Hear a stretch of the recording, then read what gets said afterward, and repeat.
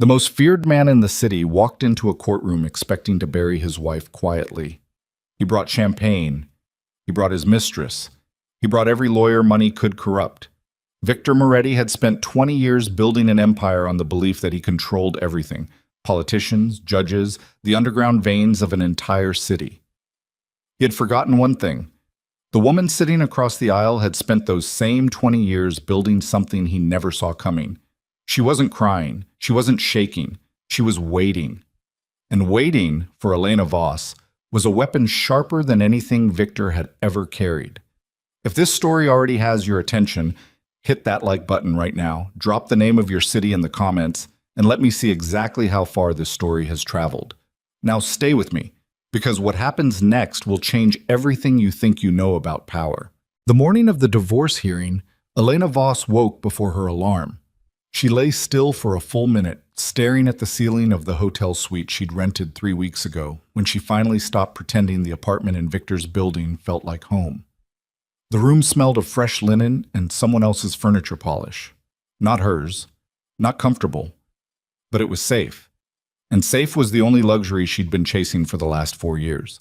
She didn't reach for her phone. She didn't run through the sequence of events she'd rehearsed with Adriana until 2 in the morning. She just breathed. In through the nose, slow, until her ribs expanded fully. Out through the mouth, slower. The way the therapist she'd seen exactly twice had shown her before she decided she didn't have time to sit in a soft chair and talk about feelings when there was a war to survive. Noah was asleep in the adjoining room. She could hear the faint rhythm of his breathing through the cracked door. He was 17, too old to be shielded from the truth, not old enough to carry it without it leaving marks. She'd spent the last 2 months measuring how much to tell him, weighing every word like it was evidence she might have to defend later. He knew more than she wanted, less than he suspected. She got up quietly, moved to the bathroom, and stood under the shower until the water turned lukewarm. She didn't think about Victor. She didn't think about Isabella Romano's face on those photographs, the ones Adriana had filed into the evidentiary record with the same methodical calm she applied to everything. Elena had spent enough hours thinking about that. The anger was still there. It wasn't going anywhere, but she'd learned to hold it differently, the way you hold a coal with tongs instead of bare hands. By the time Noah knocked on the bathroom door, she was already dressed. Black. Simple. The kind of thing that said she wasn't performing grief and wasn't performing strength either. Just there. Present. Done. Mom. His voice was rougher than she remembered from a year ago. The boy's voice was almost gone, replaced by something that cracked on the edges when he was tired or scared. He was both right now, she could tell without looking. You okay? I'm fine. She opened the door and looked at him, his father's dark eyes, her father's jaw, a combination that had always made her chest do something complicated. Did you sleep? Some. He shrugged the way teenagers do when they mean no. Adriana texted. She's already at the courthouse. I know. I'll call her in the car. She moved past him toward the kitchenette, started the small coffee maker. You don't have to come, Noah. I've said that. Your grandfather offered. I'm coming. No room in it, the same tone Victor used when a subject was closed. Except on Victor's mouth, it always felt like a door slamming. On Noah's, it just felt like a decision made. He's my father. I want to be there. She didn't argue. She'd stopped arguing with him about that 6 months ago when she realized she was asking him to pretend the situation was smaller than it was, and that was its own kind of damage. She poured 2 cups. They drank them standing at the counter in silence, which was somehow the most honest conversation they'd had in weeks. The courthouse was a gray stone building on Rennick Avenue that had survived 3 administrations, 1 significant flood, and the particular kind of civic indifference that makes public buildings feel like they've given up. Elena had been inside it twice before, once for a property dispute involving one of their early development contracts, 8 years ago, when she and Victor had still been something that resembled a partnership. Once when Noah had been caught shoplifting at 15, a pack of cigarettes, a moment of stupid teenage rebellion, the kind Victor had called an embarrassment, and Elena had quietly handled by driving Noah home herself and sitting with him in the car for 2 hours until he cried, and told her he didn't know why he'd done it. She knew why. But that was a conversation for a different kind of day. Adriana Vale was waiting on the courthouse steps. She was 41, small in a way that made people underestimate her until she opened her mouth, wearing a charcoal suit that had the cut of something expensive, the bearing of someone who didn't need anyone to notice it was expensive. She had a leather case under one arm and her phone in her hand, and she was texting without looking at the screen, which Elena had learned was a normal state for her. "He's already inside," Adriana said it without preamble, sliding the phone into her jacket pocket. "Arrived 30 minutes ago. His team is significant. Harlan Green brought 2 associates and a paralegal I don't recognize, which means they pulled someone in last minute. Could be a document issue, could be theatrical." She looked at Elena directly. "Could be they know about the Carver testimony and they're trying to find a counter." "Let them look," Elena said. "They won't find one." Adriana's expression didn't change much. A fraction of something. Satisfaction, maybe, or the professional equivalent of it. "How's Noah?" "Here," Noah said it flatly from behind Elena's shoulder. He'd hung back on the steps, hands in the pockets of the dark jacket she'd made him wear. He looked at Adriana with the particular teenage assessment that meant he was deciding whether to trust her. He'd been doing it since the first meeting, slow and careful. "Is my dad going to look at me in there?" Adriana considered the question the way she considered everything, without flinching. "Probably.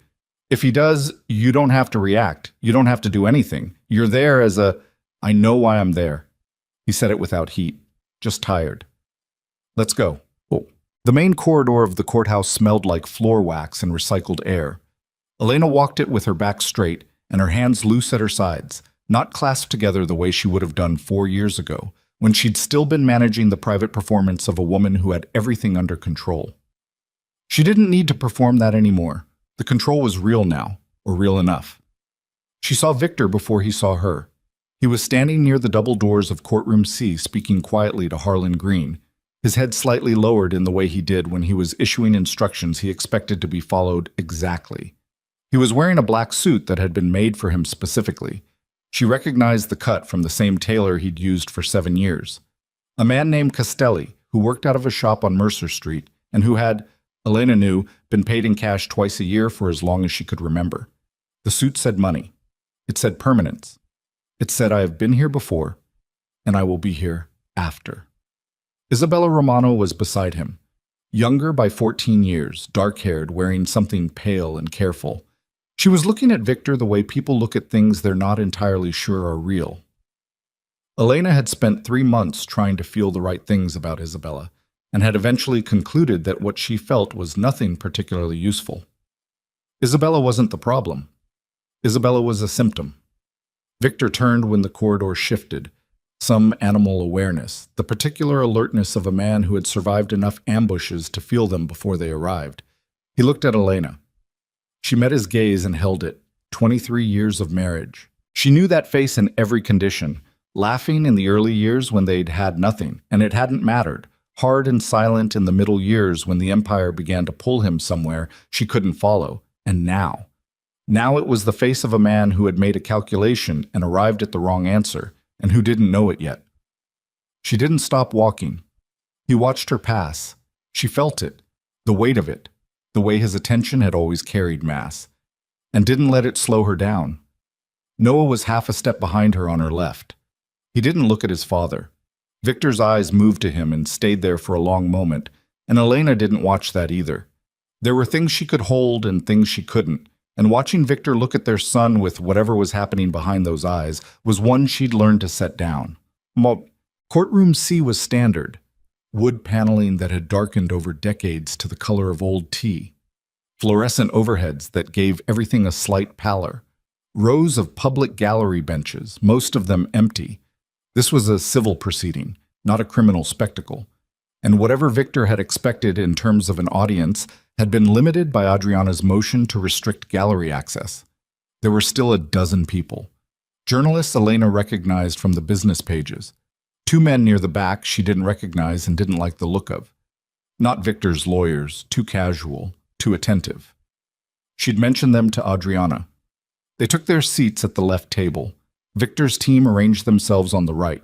Harlan Green, 62, silver-haired, The kind of attorney who had been expensive for so long that people had stopped questioning whether he was worth it, settled into his chair with the deliberate ease of someone who considered courtrooms his natural habitat. He did not look at Elena's table. One of his associates did, a young woman with a short dark ponytail who glanced over with the particular expression of someone taking inventory. Elena didn't blink. Judge Marianne Cross entered at 9:14. 60, black, with the posture of someone who had decided a long time ago that courtrooms were workplaces and should be treated accordingly. She had a reputation, Adriana had briefed Elena on it in detail, for impatience with theater and precision with law. She did not suffer performance. She had, in 17 years on the family court bench, handled 11 cases involving figures connected to organized crime and had ruled against political preference in 9 of them. She was, Adriana had said, the best judge they could have drawn. They rose. They sat. The court clerk read the case number. Victor Harlan Moretti versus Elena Voss Moretti. Dissolution of marriage, contested. Property division and custody of minor child, Noah Voss Moretti, age 17. Elena breathed. Harlan Green stood first. He had the voice of someone who had trained it, low, carrying, the kind of voice that made juries and judges feel they were being confided in. He called Victor a self-made man. He said the word visionary without any apparent embarrassment. He talked about the Moretti portfolio as if Victor had conjured it from pure will, the legitimate holdings of a man who had built something from nothing through decades of sacrifice and risk. My client acknowledges that his wife was present during the formative years of his business career, Green said, and the word present hung in the air of the courtroom like something slightly rotten. And he wishes to compensate her generously for that presence. He is offering a settlement of $12 million, the property on Caldwell Lake, and continued health care coverage for compensate her for her presence, Adriana said. She hadn't stood. She'd said it from her seat, at a volume that was perfectly audible and conversational, and the judge looked at her with an expression that was not a smile but contained one. Ms. Vale, Judge Cross said it mildly. My apologies, Your Honor. Adriana stood. Her voice shifted into something cleaner. We accept Mr. Green's characterization of Mrs. Voss Moretti's role as a jumping-off point. However, the characterization is incomplete. We intend to demonstrate today that Elena Voss did not merely witness the building of Moretti Voss Holdings. She built it. Green's expression didn't change.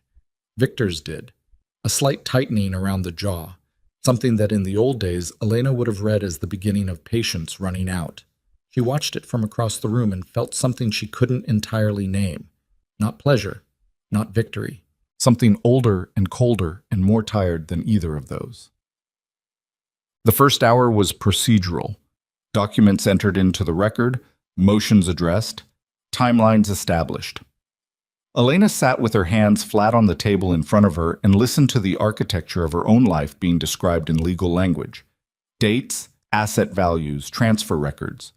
The numbers were enormous and felt completely abstract, and she let them be abstract because she'd already had all the emotional reactions to all of these numbers in private, in hotel rooms, and in Adriana's conference room, and once in a parking garage on the 3rd level where she'd sat in her car for 40 minutes with her head against the steering wheel. She'd given herself that. The private falling apart, the controlled disintegration in places where no one was watching. Because here, in this room, she needed to be the version of herself that had been built from everything Victor hadn't seen, the version that had been prepared. Noah sat beside her with his jaw set and his eyes forward. She didn't look at him too often. She didn't want him to feel monitored, but twice she felt his knee press against hers under the table, not leaning, just contact, just present, and she let herself feel it for exactly as long as it lasted. Adriana began the evidentiary presentation at 10:40. She was methodical in the way that good lawyers are methodical. Not showy, not building to drama artificially, just laying each piece down with the patience of someone who knew the shape of what they were constructing and didn't need to announce it. She started with the incorporation documents for Moretti Voss Holdings, filed 22 years ago. Elena Voss listed as co-founder and equity partner, equal shares. Green objected. Standard, Overruled. She presented the initial capital investment records. Elena's family inheritance, $460,000, transferred from the Voss Estate Trust following her mother's death, the majority of the seed capital that had funded their first property acquisition. Green objected again. Something about relevance to current valuation. The judge heard it, considered it for approximately 4 seconds, and overruled it. The first witness was a man named Douglas Trent, who had been the project manager on their second development, a converted warehouse on the south waterfront that had become, over a decade, one of the most sought-after commercial addresses in the city. He was 60 now, a little overweight, with the careful bearing of someone who had thought hard about what he was willing to say and had decided to say all of it. He described Elena Voss in the way people describe someone who made a significant difference in their working life, specifically, without flattery, from memory. She had designed the interior conversion concept. She had managed the contractor relationships. She had been the one present on site when Victor wasn't available, which was most of the time in those years because Victor was managing the other side of the operation, the side that didn't appear in any filing. She knew the business, Trent said. She knew it. She could read a contract faster than most people who'd been doing it twice as long. And she understood what people wanted, not just in terms of space, but in terms of feeling. That's why those properties worked, not because of the money behind them, because someone actually thought about them. Green cross-examined him for 20 minutes, probing at dates and specifics, looking for the crack in the testimony that wasn't there. Trent answered each question with the flat patience of a man who had been telling the truth for so long he'd forgotten how to be rattled by attempts to complicate it.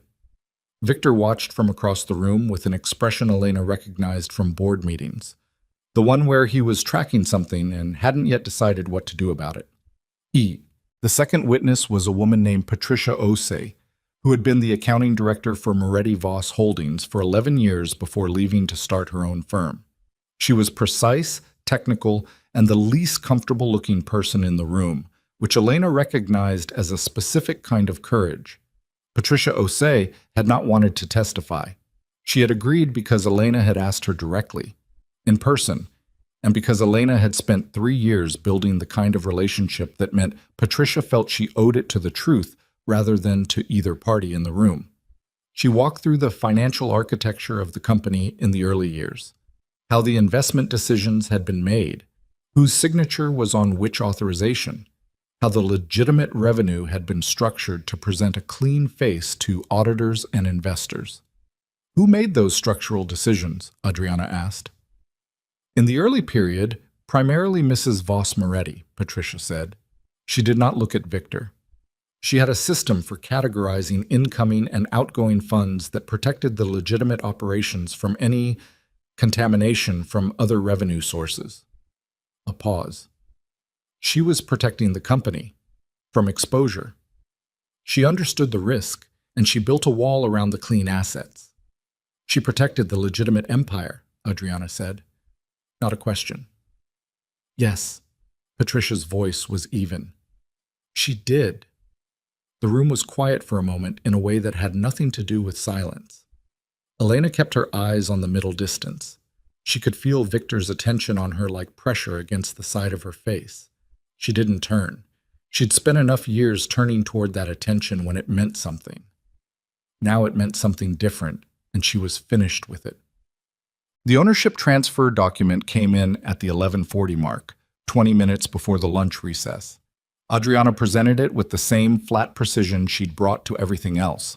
But Elena had been present for enough preparation sessions to recognize the particular quality of stillness in her attorney when she was handling something she considered a finisher. It was a 12-page document executed 9 years ago.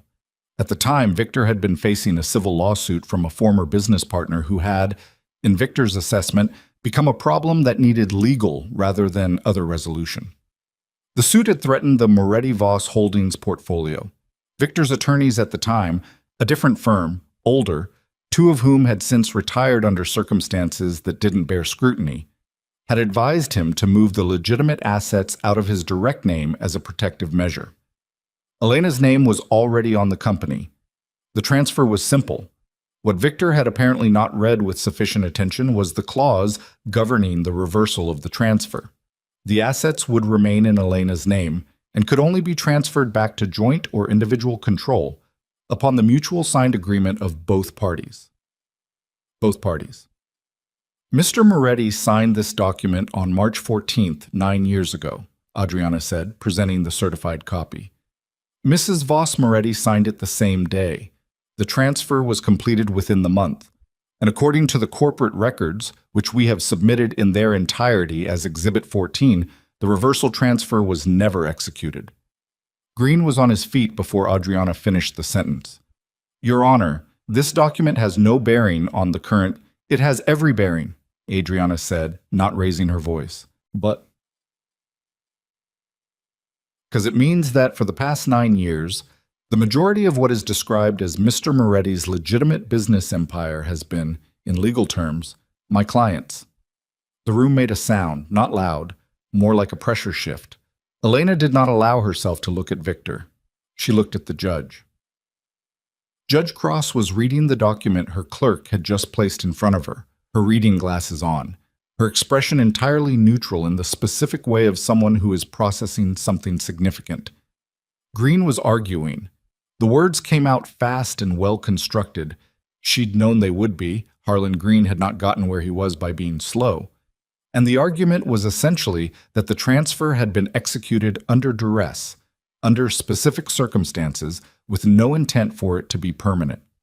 Intent, Adriana said when the judge gave her the floor, is not the operative legal standard here. The document is clear. The clause is unambiguous, and I have one further item. She produced another document, submitted it. This is a certified letter sent by Elena Voss Moretti to Victor Moretti by registered mail, confirmed received 7 years ago. In it, my client explicitly states that the ownership structure as it exists represents the financial foundation of their son's future and that she considers it a permanent arrangement unless both parties agree otherwise. Adriana let the silence hold for exactly the right number of seconds. Mr. Moretti signed the confirmation of receipt. He never responded to the letter. Noah's knee pressed against Elena's under the table. She breathed. About. The lunch recess was 45 minutes.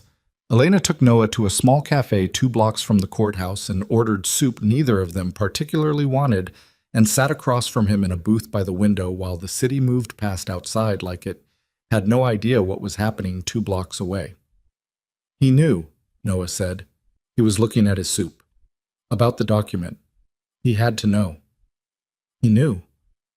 Elena was careful with her voice. Not flat, not performing steadiness she didn't feel, just honest. He thought it didn't matter. He thought— She stopped, started again. He thought I would never use it, because I never had before. Noah was quiet for a moment. Why didn't you? Before. Use it. The question was simple, and she'd been expecting it for months. She had answers that were true and answers that were easy, and she picked the one that was both. Because for a long time I was still trying to make it work. The marriage, the family, you. I was trying to hold everything together because I believed that was what I was supposed to do. She looked at him. And then I stopped believing that. He looked up from the soup. When?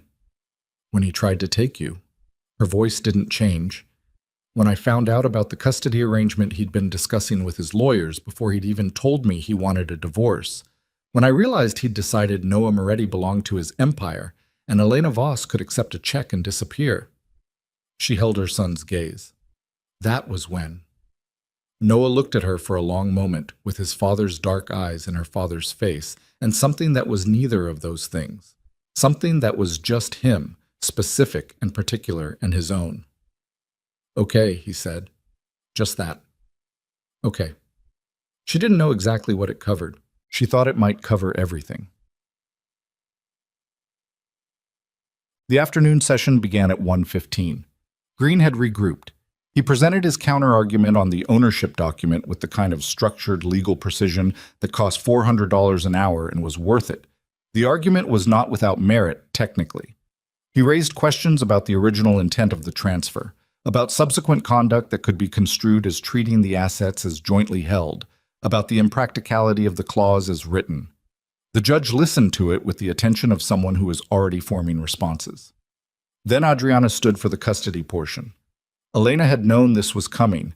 She had sat in Adriana's office for 6 weeks building this section of the case, going over every document, every testimony, every record. She had done it with the clinical focus of someone who had made peace with the fact that in order to protect her son, she was going to have to lay out his father's life in a courtroom with the lights on. She had not enjoyed that peace, but she had made it. The picture Adriana painted was not a fairy tale of corruption. It was more damaging than that. It was specific. School records showing Noah's attendance disruptions during periods when Victor's operations required sudden relocations. Medical records from a year ago when Noah had presented with stress-related symptoms that the physician had noted carefully might be connected to environmental instability. Testimony from Noah's school counselor, who described a boy who was intelligent and perceptive and carrying something too heavy for someone his age. There was also the security detail. The men Victor had assigned to Noah without consulting Elena. The tracking application on Noah's phone that Noah himself had found and removed 6 months ago, and that Elena had then documented. The phone call recordings, legally obtained, Adriana had been very specific about this, in which Victor discussed Noah's future in terms that treated him as a succession matter rather than a person.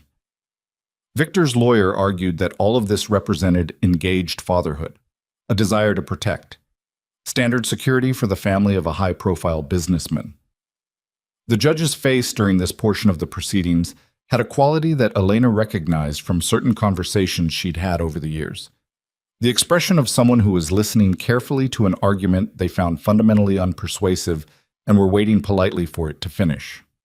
By 3 o'clock, Elena's back was aching from the chair, and her throat was dry from not drinking enough water, and she was operating on 4 hours of sleep, and the particular stripped-down clarity that comes when you have been afraid for a long time, and the thing you were afraid of is finally happening, and it turns out you can survive it.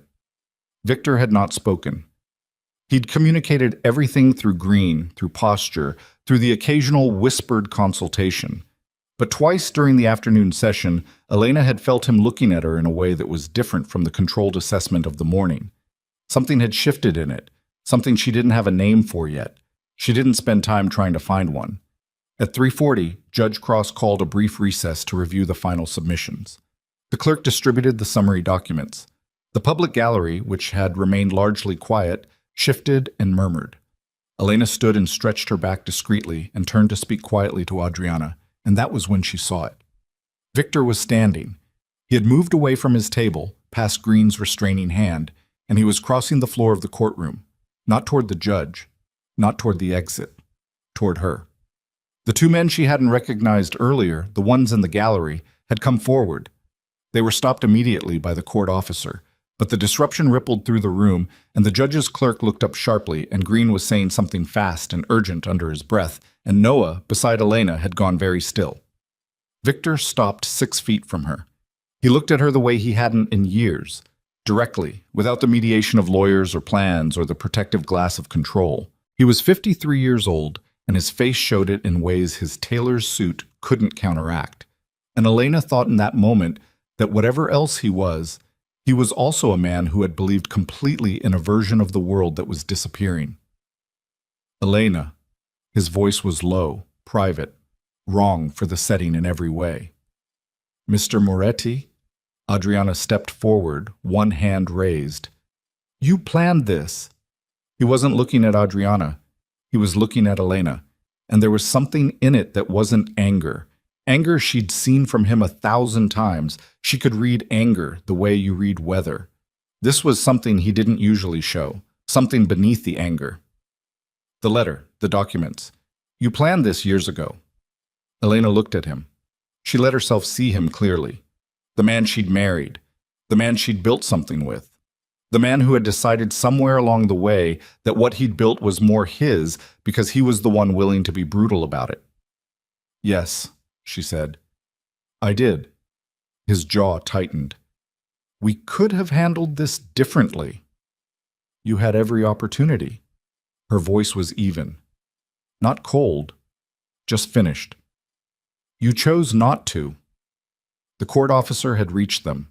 Victor looked at Elena for one more moment, a long one, the kind that had to hold everything that wasn't going to be said, and then turned and walked back to his table, and Green put a hand on his shoulder and Victor sat down.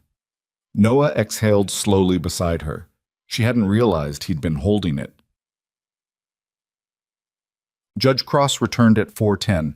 She had the deliberate pace of someone whose time was their own and who did not perform urgency for audiences. She settled, reviewed her notes once, looked up. She ruled on the property matter first. The ownership transfer document, she said, was legally unambiguous.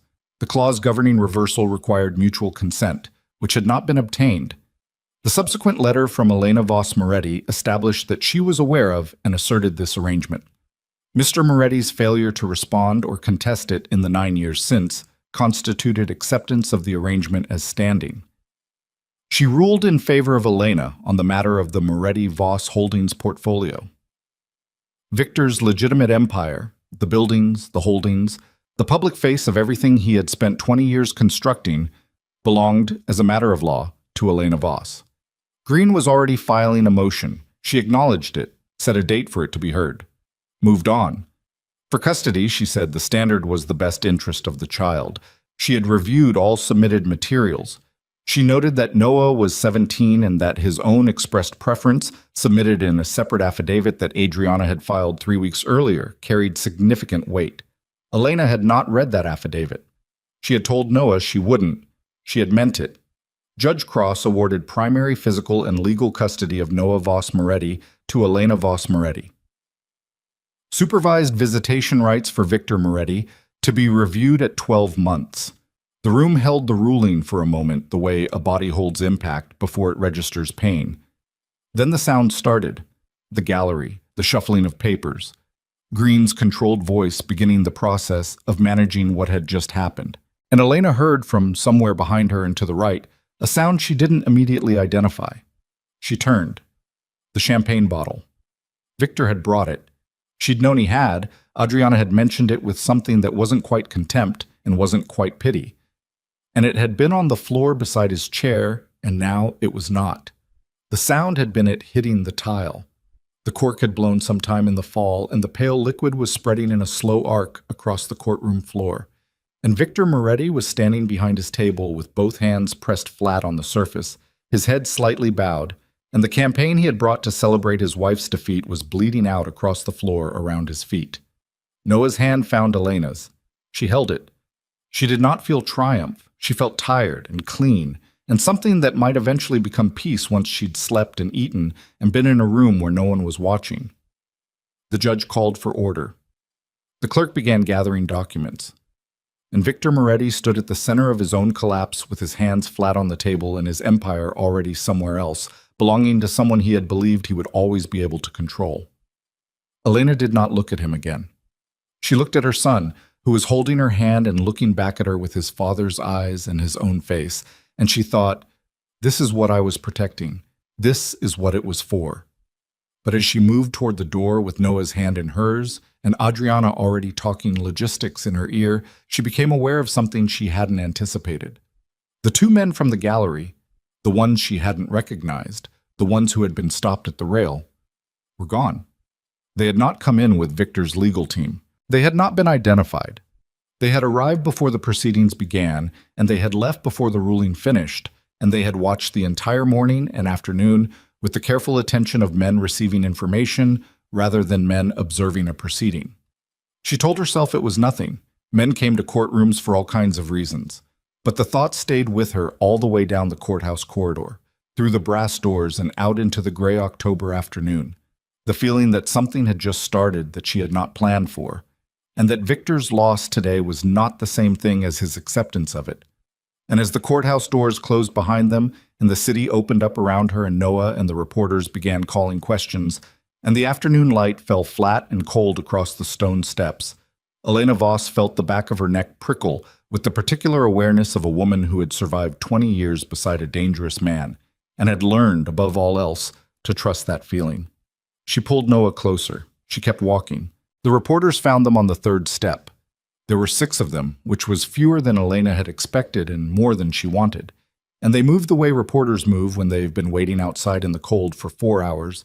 and have decided that patience should be rewarded with proximity. Questions came in overlapping waves about the ruling, about the empire, about Victor, about Noah, and Elena walked through it with her hand on Noah's arm and her eyes forward and her mouth closed, the way Adriana had coached her, which was the same way she'd learned to walk through rooms full of Victor's associates who were assessing whether she was a weakness. She was not a weakness.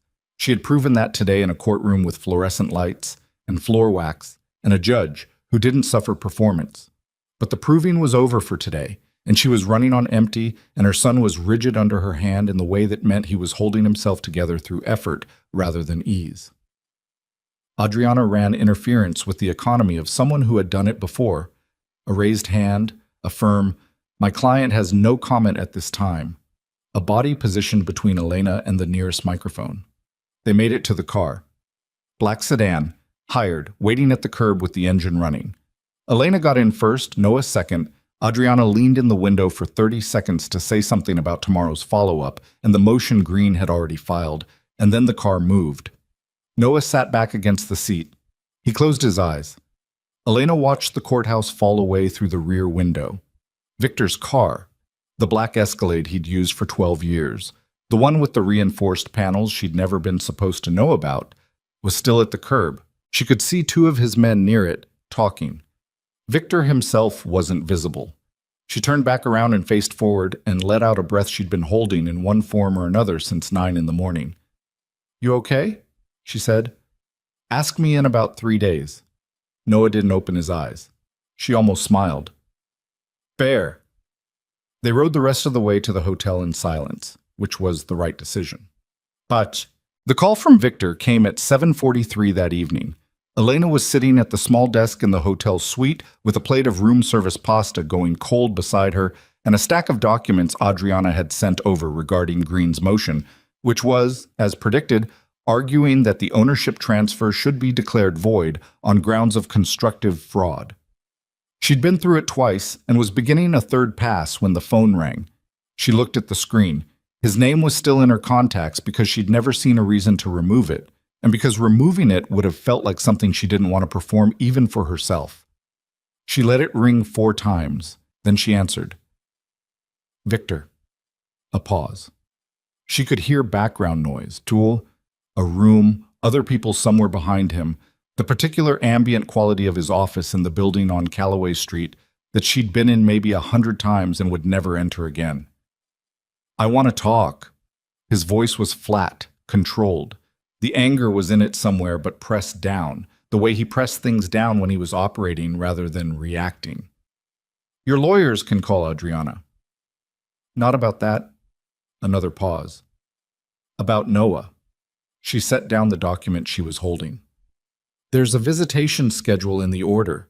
Adriana can—" "Elena." Just her name. The way he'd said it at the beginning, years ago, when it had meant something she'd believed in. Now it was a tool, and she was done being moved by the tools he used. "I'm not calling about schedules. I'm calling because you are not going to win this." She felt something shift in the room's temperature. Or maybe that was just her, the particular chill of someone who has heard a statement that isn't quite a threat, but is the architecture of one. The judge ruled today. Flat. Certain. "You know how this works. You've been married to me for 23 years. You know what I have, and you know what I can move, and you know that a civil ruling is not the end of anything. It's the beginning of a different conversation." She breathed, slow. "Are you threatening me on a recorded line?" A beat. "I'm telling you what's true." His voice shifted, not softer, exactly, but different. The register he used when he was trying to reach something real under all the positioning. She'd heard it rarely enough that she still noticed it. "This didn't have to be this way." "No," she said. "It didn't. You made a series of choices, Victor, over a long time. This is the consequence. You made choices too." "I made different choices." She picked up the document again. "I have to go." "Elena?" She ended the call. She sat for a moment with the phone face down on the desk. Her hand was not shaking. She noted this without pride because the not shaking had taken her 3 years to build, and it wasn't something she was sentimental about. It was just a result. Then she got up and went to Noah's door and knocked twice. "He called," she said when he opened it. He was in a t-shirt and track pants, half watching something on his laptop that he'd paused. "I wanted you to know." Noah looked at her. "What did he say?" "That this isn't over." A silence. Noah leaned against the doorframe with his arms crossed and his jaw doing the thing it did when he was deciding whether to say the next thing. "Is he right?" "Probably." She was honest about it because she owed him that.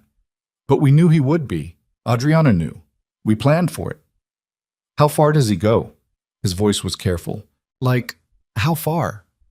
She looked at her son and thought about all the things she knew about Victor Moretti that had never been in a courtroom file and never would be, and she thought about the two men in the gallery who had left before the ruling and whose names she still didn't have. "I don't know," she said, "but I will be between you and it, whatever it is." Noah was quiet for a moment, then he nodded, not reassured exactly, just acknowledging, just present. "Okay," he said, which was the same thing he'd said in the cafe. Maybe it covered everything again. She went back to the documents. Adriana arrived at 8 the next morning with 2 coffees and the expression of someone who had been awake since 5. "Green filed 3 additional motions overnight," she said, settling at the table and pulling out her tablet. "The fraud argument on the ownership transfer, which we expected.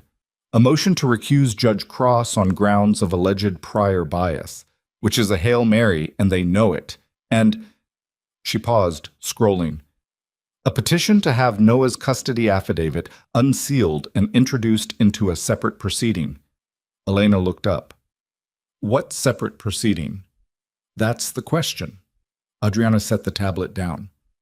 "There's nothing filed yet, but the language suggests they're building towards something, possibly a challenge to your fitness as a custodial parent."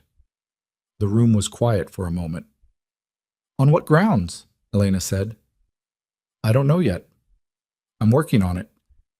Adriana's voice was level, but something underneath it wasn't, and Elena had spent enough time with her to read the gap.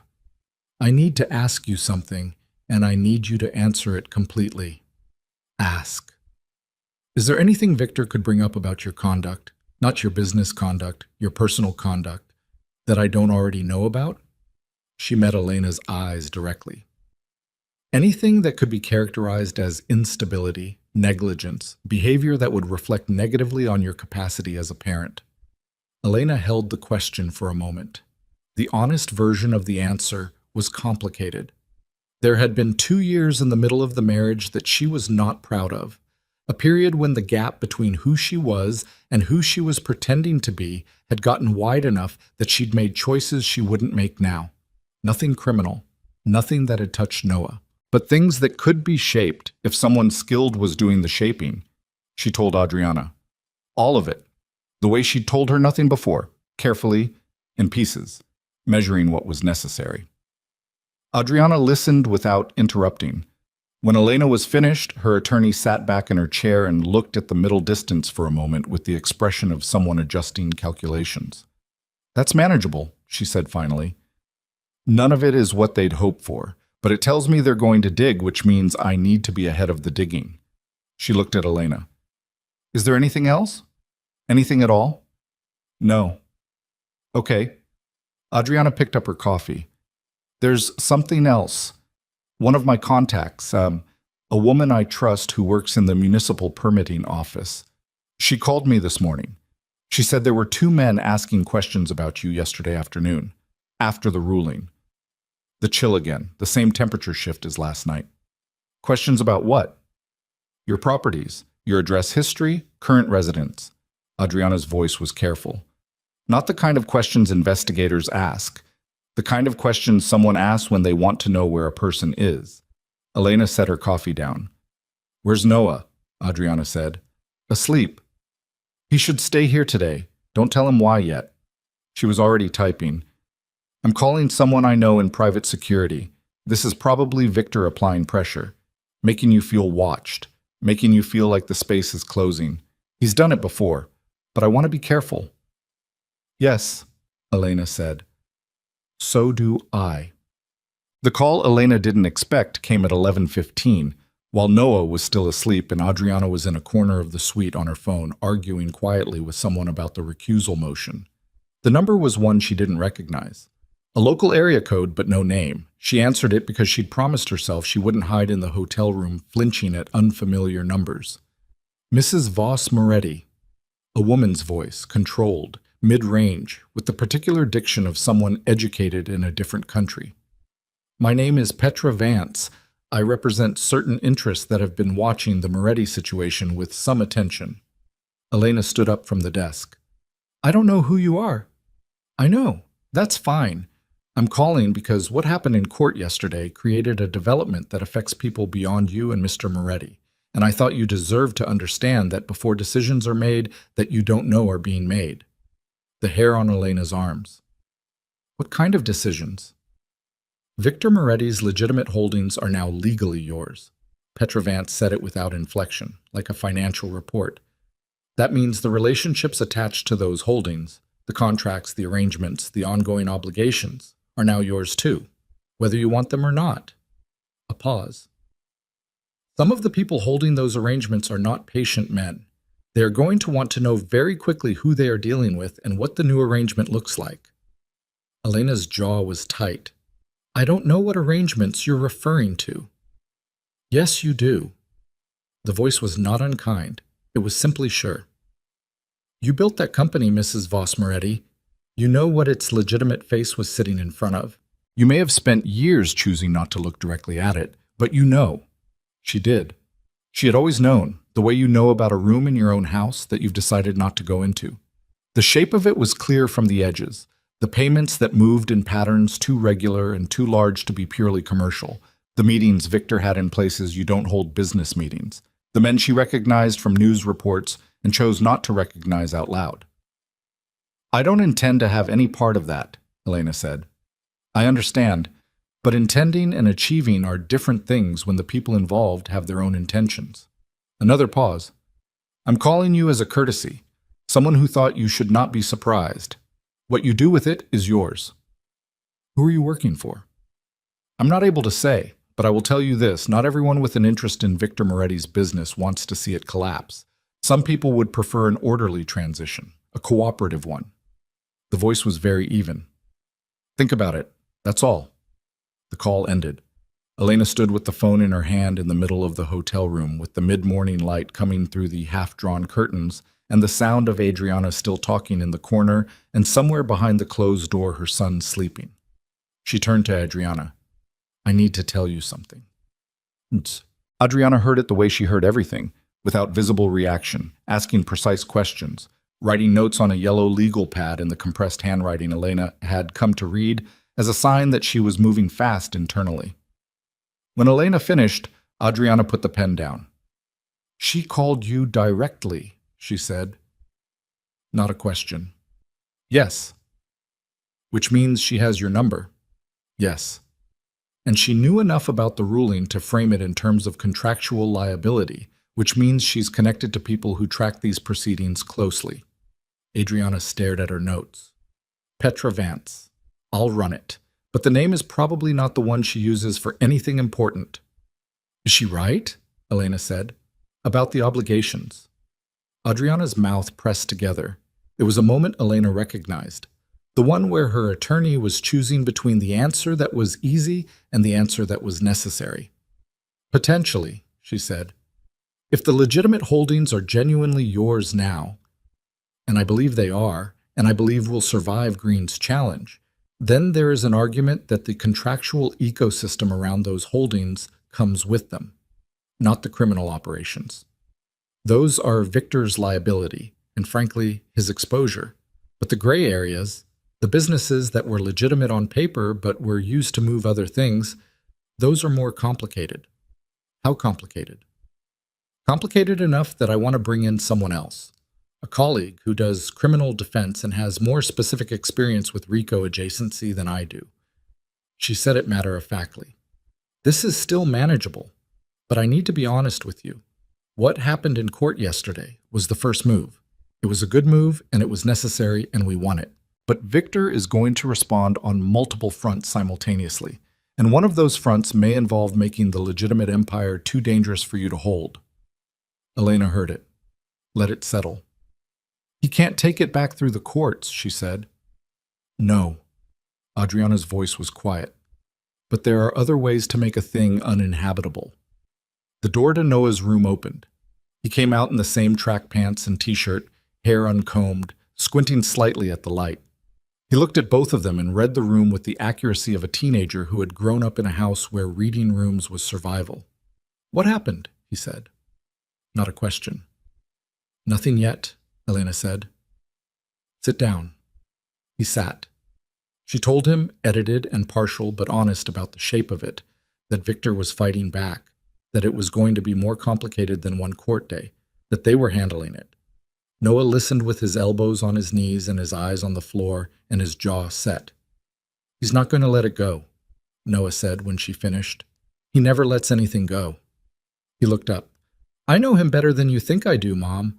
I've been watching him my whole life. Elena held his gaze. Tell me. A long pause. Noah rubbed the back of his neck. 3 months ago, before all this started, before you filed, he had a meeting at the house. I wasn't supposed to be there. I told him I was going to Marcus's and I came back because I forgot something and I heard them in the study. He paused. There were 2 men. I didn't see their faces. I heard one of them say that the transfer papers were a liability and that it should have been resolved years ago. Another pause. And I heard Dad say it was handled, that it would never come up, that you... He stopped. Tell me, Elena said again, and her voice was steady, that you were too loyal to use it against him. Noah's voice was careful with something he was feeling behind it. That he knew you, that whatever you had, you'd never burn it because you still believed in the family. The room was very quiet. Elena thought about Victor in the courtroom yesterday, his hands flat on the table after the ruling, the champagne spreading on the floor. She thought about the 23 years and the house they'd built, and the company she'd built inside it, and the son she'd built everything around. She thought about the exact moment, 4 years ago, in an attorney's office, looking at the custody papers Victor had drafted without telling her, when she had decided that the loyalty Victor was counting on had a different shape than he imagined. Not broken, not betrayal, just finished, the way a season finishes. It was real, and then it ended, and the ending was also real. He was wrong about that, she said. Noah nodded, slow. Yeah. Something moved through his expression, not anger, more like grief without sentimentality. I know. Is there more? Adriana said quietly. From what you heard. Noah looked at her, a decision happening behind his eyes. Then, one of them said your name. He meant Adriana. He said your name and he said they needed to know how you were being funded. Who was backing you? He looked at Elena. Someone's been asking about your legal fees, where the money is coming from, who's behind you. Adriana was very still. Then she reached for her phone. I need to make some calls, she said. Give me an hour. She went to the far corner of the suite. Elena looked at her son. He looked back at her. Outside, the city was making its ordinary noises, traffic and distance, and the particular indifference of a place that had a million things happening at once and didn't know or care that in a hotel room on its west side, the architecture of a family was being examined and rebuilt piece by piece in the aftermath of its demolition. Are you scared? Noah asked. She thought about the true answer, the one that wasn't performance. Yes, she said, but I've been scared for 4 years and I'm still here. She looked at him. So are you. He was quiet for a moment, then, who's Petra Vance? I don't know yet. But she knows things. Yes. Which means she's connected to people who have things to lose. He said it with the particular logic of a 17-year-old who had grown up in proximity to the way power actually worked and had absorbed it without anyone intending for him to. Which means she's not just warning you, she's negotiating. Elena looked at her son. She thought, I have spent his whole life trying to keep this world away from him, and what it gave me was a boy who understands it better than I wanted. She thought, that is both a failure and a miracle, and I don't know yet which one it is more of. And she thought, whatever is coming, He is not wrong about Petra Vance, and the fact that a 17-year-old can see it clearly means that the next move, whatever it is already in motion, and she is already behind it by exactly the amount of time she spent believing that one courtroom victory was enough. Adriana came back from the corner with her phone in her hand, and an expression Elena had not seen on her before. Not frightened exactly, but altered. Like someone who had just been told something that changed the shape of what they were standing in. "I know who Petra Vance works for," Adriana said. She said the name. And Elena Voss understood for the first time that what she had won in that courtroom yesterday was not a victory. The name Adriana said was Dominic Reyes. Elena knew it. Everyone in the city who had ever moved money at a certain level knew it, the way you know the name of a fault line running under the place you live. Not because you think about it daily, but because it's always been there, and the knowing lives in the background of everything else. Dominic Reyes was not a mafia boss. He was something older and less theatrical than that. He ran a private investment group called Meridian Capital that had no public profile, no website, no press releases, and approximately $11 billion in assets distributed across 4 continents in ways that made Victor Moretti's operation look like a corner store. He had been investigated 3 times by 3 separate federal agencies over the course of 20 years and had never been charged with anything, which was not because he was clean. It was because the people who would have charged him had, at critical moments, decided not to.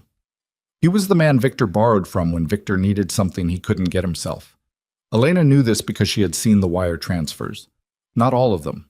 Enough. She stood in the middle of the hotel suite and felt the floor reconfigure itself beneath her. "He's been Victor's primary creditor," Adriana said. Her voice was stripped down to essentials. "The legitimate holdings, the ones you now own, were partially collateralized against Reyes's lending 7 years ago, maybe longer." "Collateralized how?" Elena said it flat. "I don't have the full documents yet." Adriana was moving as she talked, pulling her laptop open, pulling papers. "But my contact, the one I just called, he told me that Reyes has been watching this divorce proceeding since before it was filed. He had people in it, probably those men from the gallery." "He was watching to see what would happen to the collateral," Elena said. "Yes." Adriana stopped moving. She looked at Elena directly. "And now that the ruling transferred the holdings to you, you are technically the party holding the collateralized assets, which means that whatever Victor owed Reyes, whatever arrangement they had, Reyes is going to look to you to honor it, or to renegotiate it, or to liquidate it. I'm not party to any arrangement with Dominic Reyes." "You are now." Adriana said it carefully, without apology. "That's what Petra Vance was calling to tell you. Not a warning, a notification. You've inherited a debt you didn't know existed, attached to an empire you just won in court, and the man holding the note is not Victor Moretti." Noah was still on the couch. He had gone very still in the way Elena recognized. The same stillness he'd had at 6 years old when adults were having conversations he wasn't supposed to understand and was understanding completely. He was watching Adriana's face and then her face and processing the geometry of what was being said. "How much?" Elena said. Adriana looked at her notes. "My contact said the number that's been referenced internally is 63 million. The suite was very quiet. $63 million. Against a portfolio Elena now legally held but could not liquidate quickly without triggering a cascade that would destroy its value. Against a legal battle that was still in its first week. Against a son sitting on a couch, 17 years old. She sat down, not because her legs failed, because she needed to think from a different angle, and standing wasn't the right geometry for it. "Victor knew," she said. Not a question. "Almost certainly. He knew that if I won the ruling, I'd inherit this." Adriana was quiet for a moment. "Yes." Elena breathed in slower. She thought about Victor's voice on the phone last night. This isn't over. And the particular certainty in it, the kind of certainty that isn't bravado, that comes from a man who has already set something in motion. She thought about the champagne bottle on the courtroom floor and wondered, for the first time, whether it had been dropped or whether it had been placed. "He let me win," she said. Adriana sat down across from her. I don't know that he let you, but I think he may have calculated that the win would carry this with it. He loses the holding in court, Elena said, working it out, which means he loses the asset. But if the asset carries a debt obligation to Reyes, if he's been using it as collateral for years, then losing it in court might actually free him from that debt. It moves to me, with the asset. That's the theory. Adriana's voice was careful. I want to be clear that I don't have the documents yet. I don't know the exact terms, but structurally, yes, that's the shape of what my contact described. Noah stood up from the couch. He moved to the window and stood there with his back to the room, looking at the city. His shoulders were up near his ears. He used the divorce, Noah said. His voice was quiet and precise and furious. He was going to lose it anyway.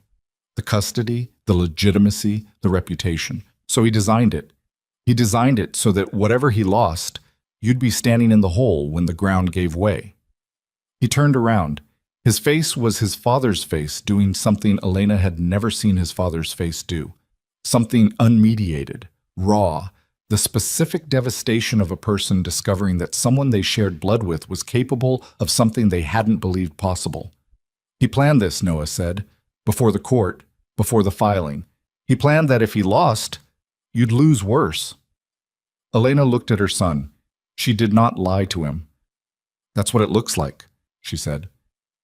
Noah made a sound that wasn't a word. He turned back to the window. Adriana left at noon to get the documents. She had a contact at a financial forensics firm she'd used before who could move fast, and she had a colleague in criminal defense whose name was Martin Shore, and who, she said, had specific experience with Reyes-adjacent situations. She did not explain what that meant in detail, and Elena did not ask. After she left, Elena ordered food. Neither of them ate much. Noah sat at the table and drank a glass of water and pulled out his phone and then put it back without looking at it and then pulled it out again. Don't contact him, Elena said. I wasn't. He put the phone down. I was looking at something else. He paused. There's a property. One of the ones in your portfolio now.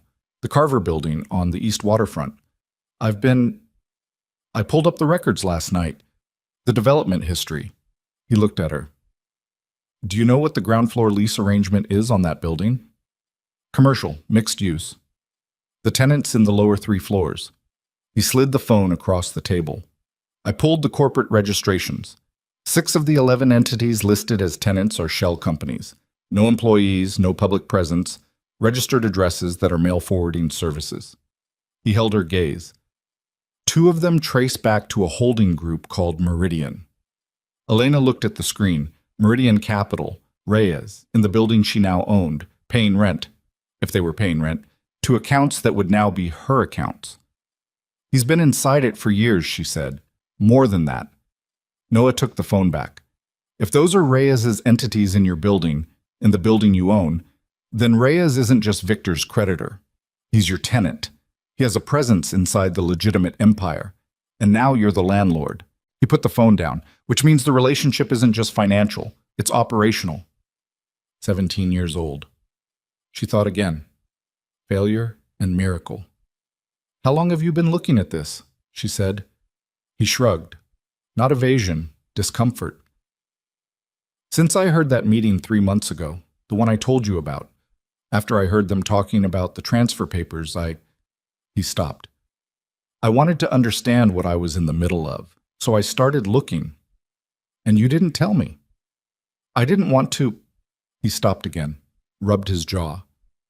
I didn't want to add to what you were already carrying. She looked at her son and felt something that had no clean name. Not anger. The protectiveness was real, whatever had motivated it. Not comfort, because what he'd found was burning a hole in the table between them. Something in the range of sorrowful respect, maybe. The specific emotion of a parent watching a child become something serious before they were supposed to have to. Don't do that again, she said quietly.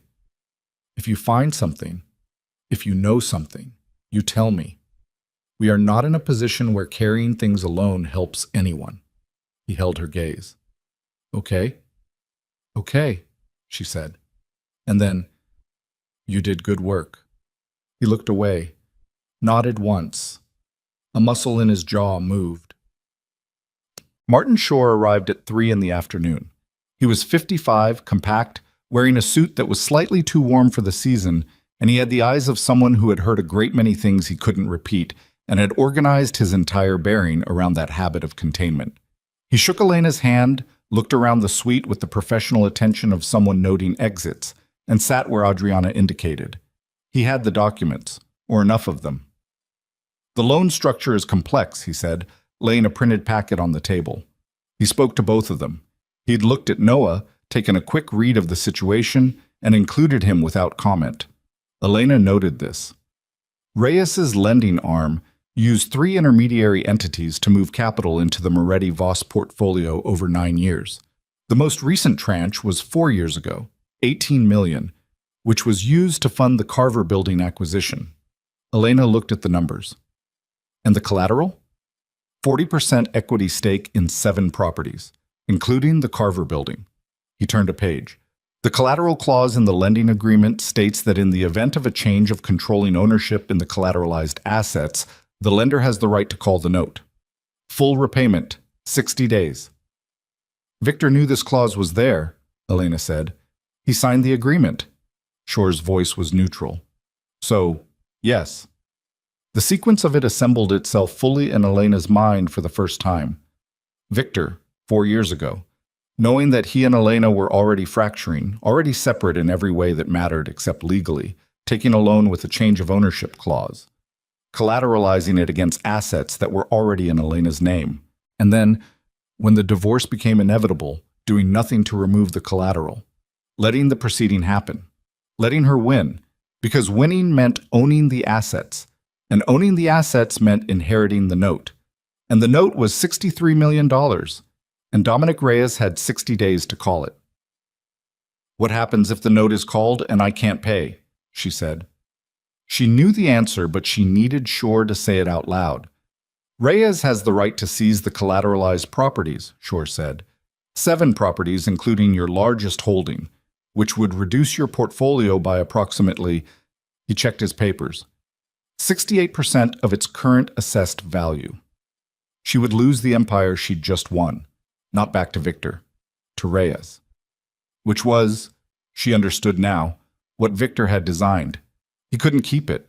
The court had taken it. But if he couldn't have it, he could make sure she couldn't either.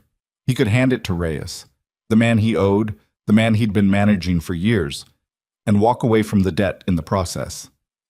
Victor Moretti. Even falling, engineering the fall to land on someone else.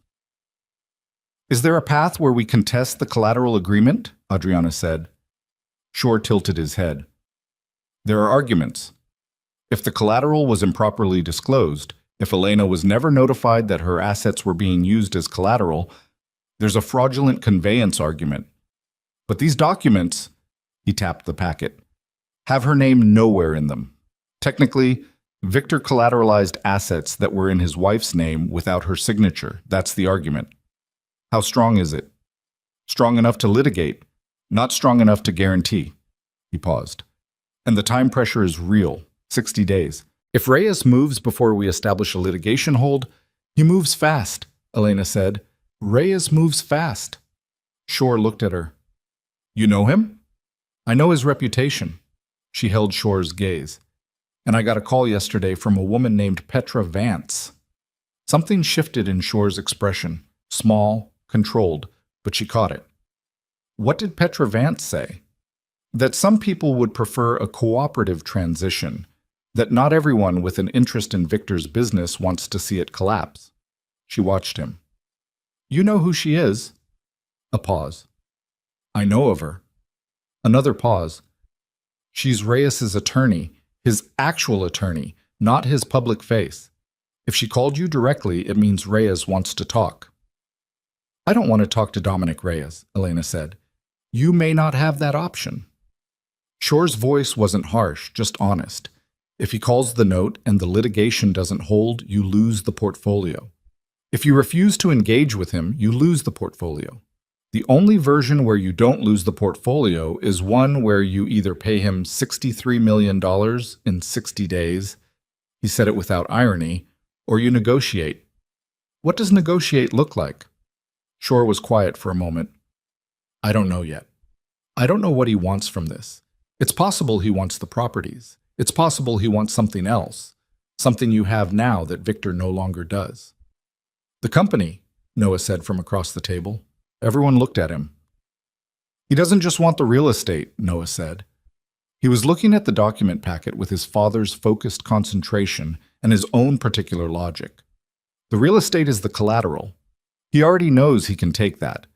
But the company, Moretti Voss Holdings, is worth more than the properties. The relationships, the contracts, the operational history. That's worth more. He looked up. Maybe he wants what Mom built, and Victor's situation gave him a way to get it without paying for it. Shore looked at the boy for a long moment. That's a reasonable read, he said. What? At 4:30, Elena's phone rang again. The same number as Petra Vance. She looked at it, looked at Adriana, looked at Shore. Shore nodded. She answered. Put it on speaker. Mrs. Voss Moretti. The same controlled voice. I trust you've had time to understand the situation more fully. I've had some time, Elena kept her voice even. I understand the loan structure. I understand the collateral. I understand the change of ownership clause. Good. A pause. Mr. Reyes would like to meet. To discuss what specifically? The future of Moretti Voss Holdings. The voice was smooth, unhurried. Mr. Reyes is not interested in litigation or property seizure. He's a businessman. He prefers ongoing relationships to one-time extractions. Another pause. He believes you are the right person to run the company going forward. He wants to install me as the operator of an enterprise that has been partially used to move his money. He wants a competent, legitimate-facing partner who has an established legal claim on the company's assets and a demonstrated willingness to fight for them. Vance's voice didn't change. What Victor gave him was exposure. What you give him is legitimacy. And if I decline? The note comes due in 60 days. He will not extend it. A beat.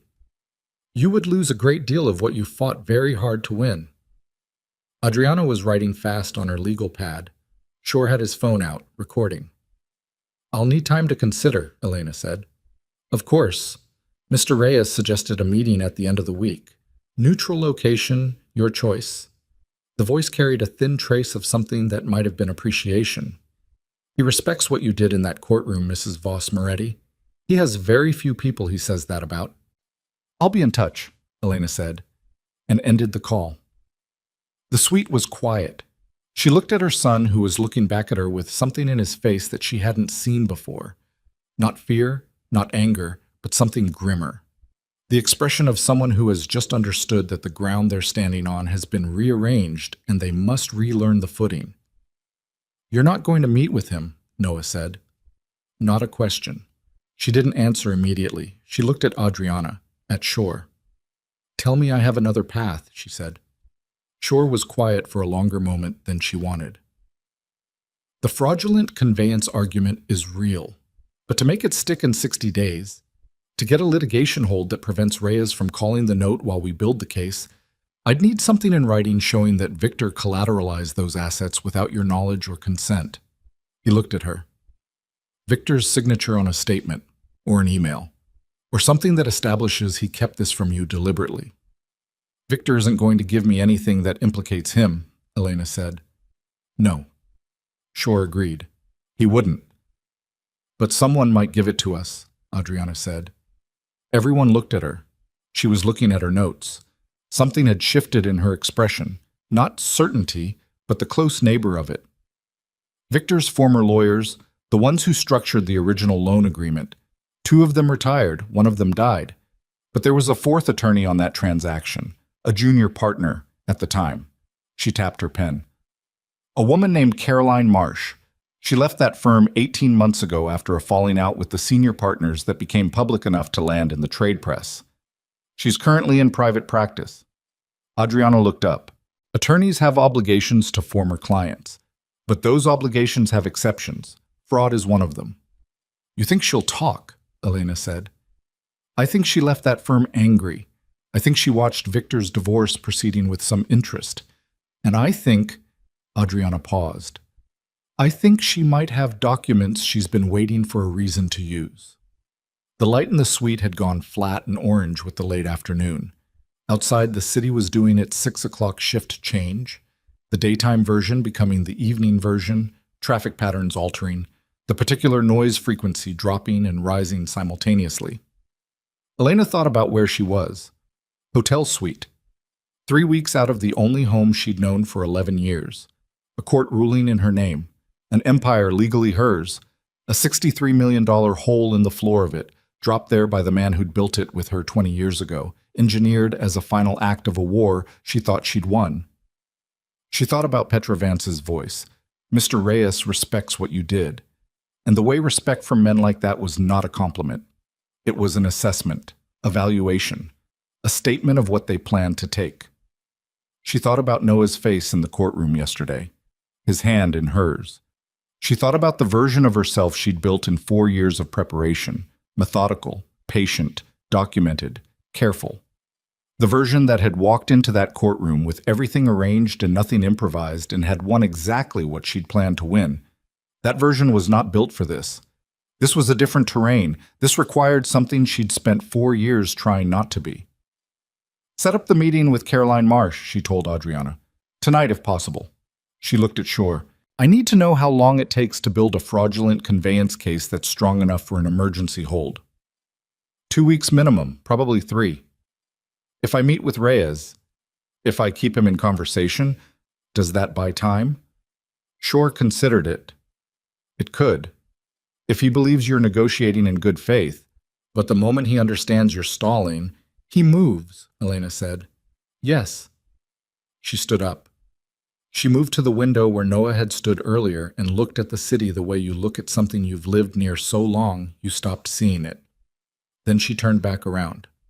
Noah, she said, I need you to tell me everything you remember from that meeting 3 months ago. Every word you can reconstruct. We're going to write it down and Shore is going to look at it and we're going to find out if there's anything in it that helps. Noah nodded. He pulled the chair out from the table, sat with his elbows on his knees, the posture of someone about to do something hard. And then? He asked. She looked at him. Then I'm going to call Petra Vance back, she said, and I'm going to set up a meeting with Dominic Reyes. And I'm going to walk into that meeting knowing exactly what he wants and exactly what I'm willing to give him, which is nothing, but he won't know that until it's too late. Noah was quiet. Then, that's what Dad does. That's his move. Walk into a room looking like you're going to deal and you've already decided you won't. She met her son's eyes. I know, she said. And in the particular silence that followed, Noah Voss Moretti looked at his mother and understood something that no child wants to understand about a parent. That the person who had spent 17 years protecting him from the world his father lived in had just crossed a line she had spent those same 17 years standing behind. And that the crossing was not a defeat, but it was a cost. And the cost was real, and she knew exactly what she was paying and had decided to pay it anyway, and that this was not the same thing as becoming Victor. But it was closer than she'd ever been. The city outside the window went on without them, indifferent and enormous, and somewhere in it Dominic Reyes was waiting for a phone call, and somewhere in it Victor Moretti was sitting with whatever he felt about what he'd done, and somewhere in it Caroline Marsh was in a private office not knowing yet that the call that was coming would change the shape of her next several months. And the evening came on fast and cold, and Elena Voss stood at the window with her son behind her, and her lawyer and her criminal defense attorney watching and thought, I have never been in a room this dangerous. And then she thought, yes, I have. I built it. Caroline Marsh called back at 9:17 that night. Adriana had reached her through a mutual contact, a paralegal who'd worked at the old firm and still had Marsh's personal number. And whatever Adriana had said in the initial message, it had been enough. Marsh didn't ask for a meeting. She asked for a secure line and 48 hours. Adriana gave her the line. She gave her 24 hours. Elena didn't sleep. She sat at the desk with the financial documents Shore had left and went through them the way she used to go through development contracts in the early years, line by line, not trusting anyone else's summary, not stopping until she understood every clause in its own terms. The numbers were different now. The stakes were different. But the discipline was the same, and the discipline was what she had, so she used it. Noah fell asleep on the couch at midnight with his shoes still on and his phone on his chest. She covered him with the blanket from the bedroom and stood over him for a moment in the dark, doing the thing she never let herself do when he was watching, just looking at him, the jaw, the eyelashes, the way he breathed with his mouth slightly open, young in sleep in a way he wasn't young anymore when awake. She went back to the desk. By 3 a.m, she had identified 2 additional properties with potential Reyes entanglement. Shell company tenants she'd cross-referenced against Meridian Capital's known subsidiary structure. By 5, she had a memo drafted for Shore that laid out the full scope of what she understood the collateral arrangement to cover and where the gaps in documentation were.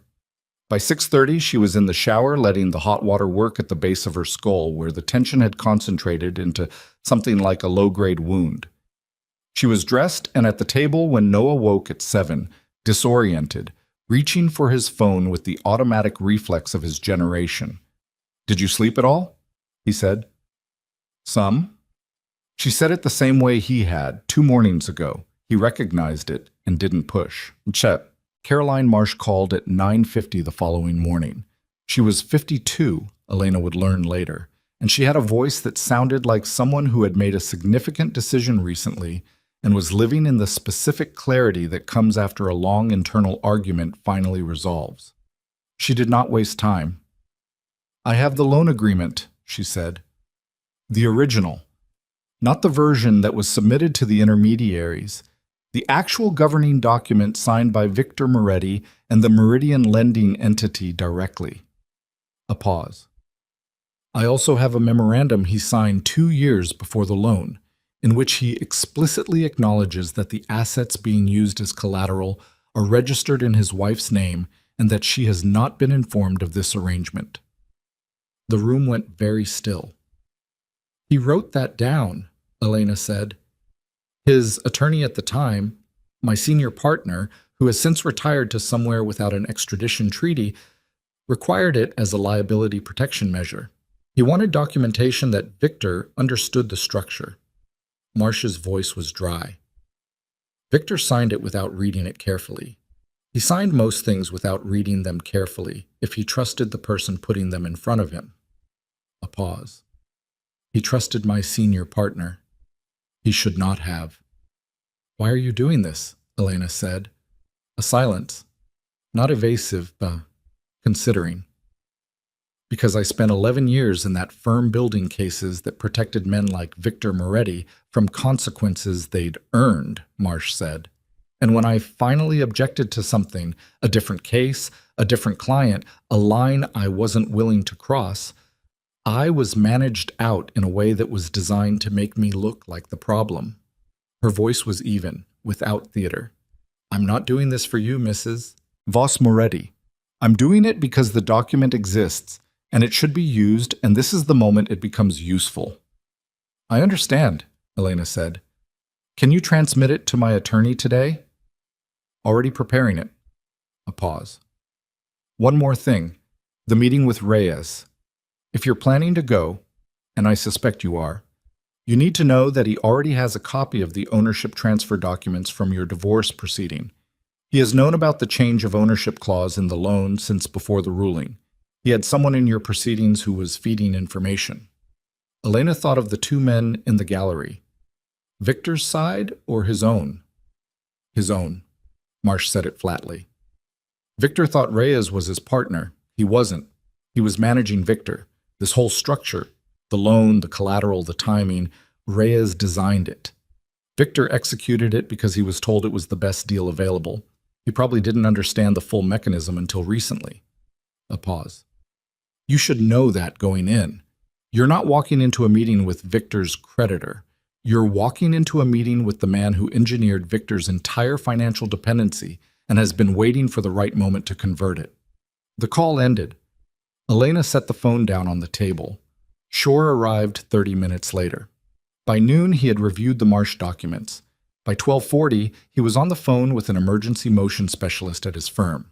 By 1:15, he had filed for a litigation hold on the collateralized properties, citing fraudulent conveyance, and had submitted the signed memorandum, Victor's own handwriting, Victor's own signature, confirming that he had knowingly used Elena's assets as collateral without her consent, as the primary evidentiary support. "How long for the hold to be granted?" Elena said. 48 hours. Maybe 72. Shore was moving fast, coat on, papers in hand. But the filing is public record the moment it hits the docket. Reyes will know within the hour. Which means the 60-day clock stops mattering, Elena said. Which means it becomes a race, Shore said. He knows we have the document. He knows the hold is coming. His options narrow fast. He looked at her. If he's going to move, he moves now, not in 60 days. Now. She called Petra Vance. "The meeting," she said when Vance answered. "Tonight, whatever location he wants." A pause. "That's sooner than expected." The timeline changed. Elena's voice was level. "He knows why." Another pause. Longer. 7 o'clock. The Aldrin Club on Precourt Street. Private dining room. A beat. "Come alone." My attorney. "Comes alone" means comes alone. Vance's voice didn't shift. "He knows you have counsel. He's not asking you to waive anything. He's asking you to have a conversation like two adults before this becomes something that damages everyone." Elena looked at Shore. He was already shaking his head. She held up a hand. 7 o'clock, she said, and ended the call. "Absolutely not," Shore said. "I need him talking instead of moving. Every hour he's in a conversation with me is an hour he's not accelerating the note." She met Shore's eyes. "You said 48 hours for the hold. I need 48 hours. You walk into a room alone with Dominic Reyes." "I've walked into rooms alone with men like Dominic Reyes for 20 years, she said. "I just didn't know their names." Well, she told Noah at 4. He stood in the kitchenette doorway with a glass of water and listened, and then set the glass down very carefully on the counter. "No," he said, "it's not a request for permission." "Mom." His voice cracked on the word, just at the edge. "You don't know what this man does to people who—" "I know exactly what he does." She kept her voice even, not hard, just certain. "That's why I'm going. Because if I don't, the hold might not hold and we lose everything. And if I do, I buy the time we need." She held his gaze. "Shore will be outside.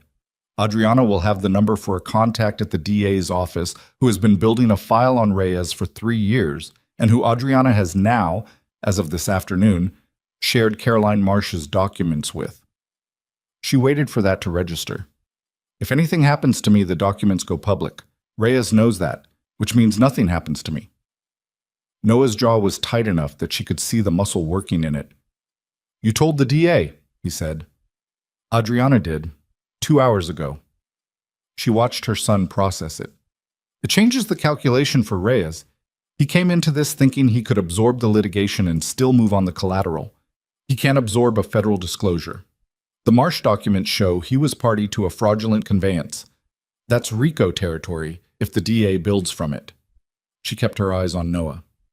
"Tonight is about him understanding that the position he thought he was in has changed. That's all."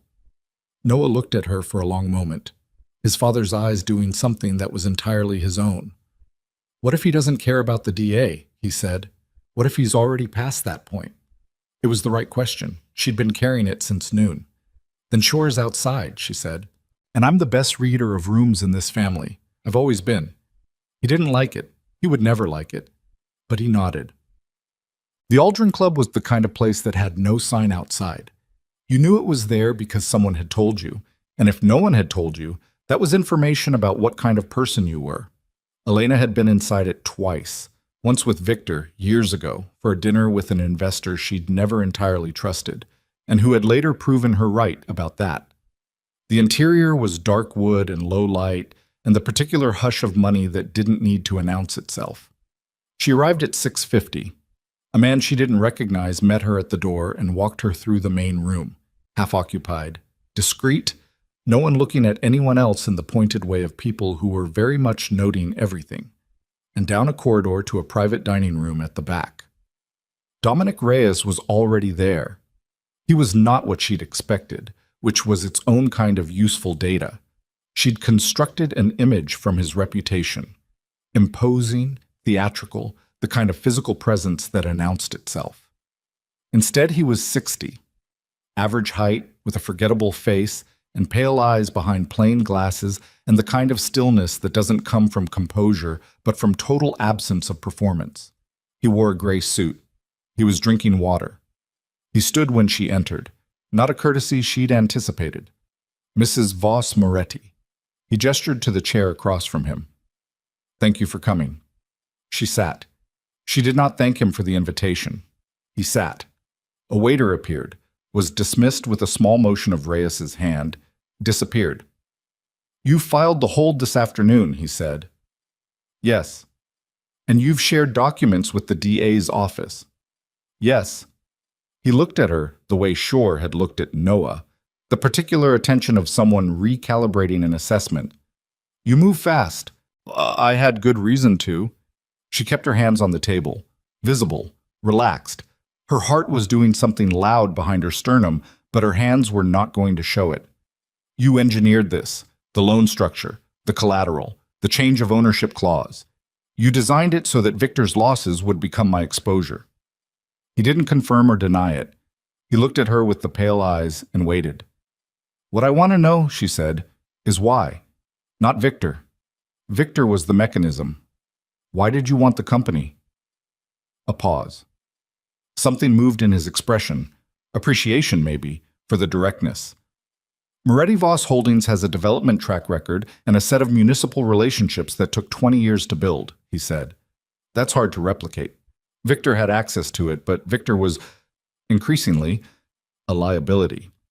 His methods were drawing attention that complicated certain operations.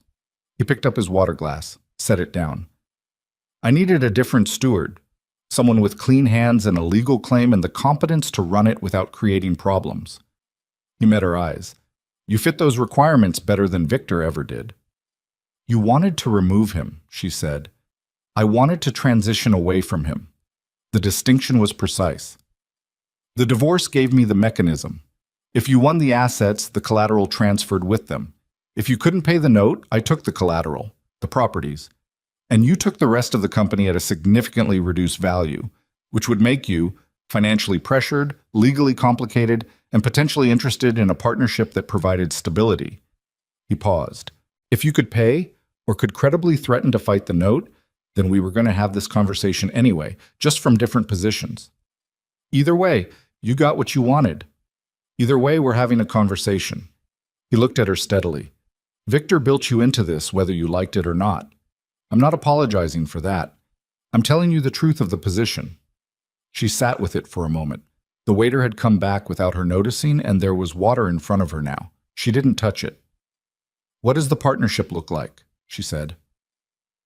Not agreement. Information gathering. She needed to know the shape of what she was refusing. "You operate Moretti Voss Holdings. Clean, legitimate, expanding. My capital continues to flow through the approved commercial structures, the ones that are documented, disclosed, legally defensible." He said it carefully. "Nothing that creates exposure for you. Nothing that replicates Victor's arrangements. And in exchange, the note is discharged, the collateral released, and you receive a capital infusion of $40 million over 3 years to develop the portfolio." He paused. "I get a return on investment, a stabilized structure, and the ongoing arrangement. You get the company you built, free and clear, with resources Victor never gave you." It was, she recognized, a genuinely good offer. That was the most frightening thing about it. It would solve every immediate problem. The hold, the litigation, the 60-day pressure, the financial exposure, all of it cleared. In exchange for being the legitimate face on an arrangement that was cleaner than Victor's but was still an arrangement, still Reyes, still a room she would never fully be able to leave once she entered it. "I need time to consider," she said. "You have until midnight," he said. "Not cruel, just final. The litigation hold complicates my timeline. I need to know tonight whether we are building something or dismantling it." She stood.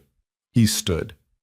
They looked at each other across the table in the low light of the Aldrin Club's private dining room, and Elena thought about every room she had ever stood in where the person across from her had more power, and she had won anyway, and thought about whether this was that room, and thought about what winning actually meant in it. "I'll call Petra Vance before midnight," she said. He nodded once. Respect again. The same assessment as before, but the valuation, the calculation of what she was worth to him. She felt it land and let it slide off and walked back through the low-lit dining room and down the corridor and through the main room and out the door into the cold October night, where Shore was waiting in a car 20 feet from the entrance, and she got in, and the door closed, and he looked at her. "Well?" he said. She told him. He was quiet for a long moment. "It's a clean offer." "I know." "It solves the immediate problem." "I know." "But it puts you in a room with Reyes for the foreseeable." "I know," she said. Her voice came out harder than she intended. She breathed. "I know. Drive." He drove. The city slid past the windows. She looked at her phone. 8:17. 3 hours and 43 minutes until midnight. She called Adriana. "Tell me where the DA is," she said. "Specifically, what does he have and what does he need?" Adriana's voice was careful. "He has our documents. He has some of his own. He's been building the Reyes file for 2 years," he said. "He needs something connective, something that directly links Reyes to the fraudulent conveyance rather than just establishing that Victor did it." "The memorandum establishes Victor knew," Elena said. "Does it implicate Reyes directly?" "It references the lending party's awareness of the ownership structure," Adriana said, "which is close. But Reyes's attorneys would argue the memorandum only documents Victor's acknowledgement, not Reyes's active participation in the fraud." She watched the city go by. She thought about what Reyes had just told her, the precision of it, the way he'd laid out the structure as if describing a business plan, without guilt, without defensiveness, with the calm of someone who had done this kind of thing many times in many rooms and had learned that honest clarity was more effective than pretense. She thought about a specific thing he had said. Victor's losses would become my exposure. He had described the mechanism. He had described his own design of it. To her face. In a private dining room with no witnesses. She thought about the small recording device that Adriana had slipped into the inner pocket of her jacket 3 hours ago, just before she'd left the hotel. The one that was the size of a button and had 6 hours of battery and had been recording from the moment she walked through the Aldrin Club's door. She thought about how Reyes had said, "I designed it so that Victor's losses would become your exposure." And, "My capital continues to flow through the approved commercial structures." And, "Victor was increasingly a liability." She thought about what a federal prosecutor could do with a recording of Dominic Reyes explaining his own fraudulent conveyance scheme in a private dining room because he was so certain of his position that the explaining had felt safe. She thought about 48 hours. The time Shore had said for the litigation hold. She thought about midnight, the time Reyes had given her. She looked at Shore. "Turn around," she said. He glanced at her in the rear view. "Where are we going?" "Back toward Precourt Street. There's a parking garage on Medwick, 1 block west of the Aldrin Club. Pull in and stop." She was already dialing Adriana. "I need you to call your DA contact right now, tonight. Tell him I have a recording." She pressed the phone to her ear. "Tell him I need to know if it's enough." Shore didn't ask questions. He was already turning. Adriana picked up on the second ring. "Listen to me," Elena said. "I need the next 30 minutes to count for something." The car moved through the city. The streets were wet. It had rained while she was inside, that fast, cold rain that October produces without warning. And the lights reflected off the pavement in long, broken columns, and everything looked like it was doubled, like there were 2 cities, and Elena Voss was moving through both of them simultaneously, the one where she was a woman who had won a courtroom battle and inherited a trap, and the one where she was something she hadn't been before. Someone willing to use the trap as a weapon. She had 3 hours and 22 minutes.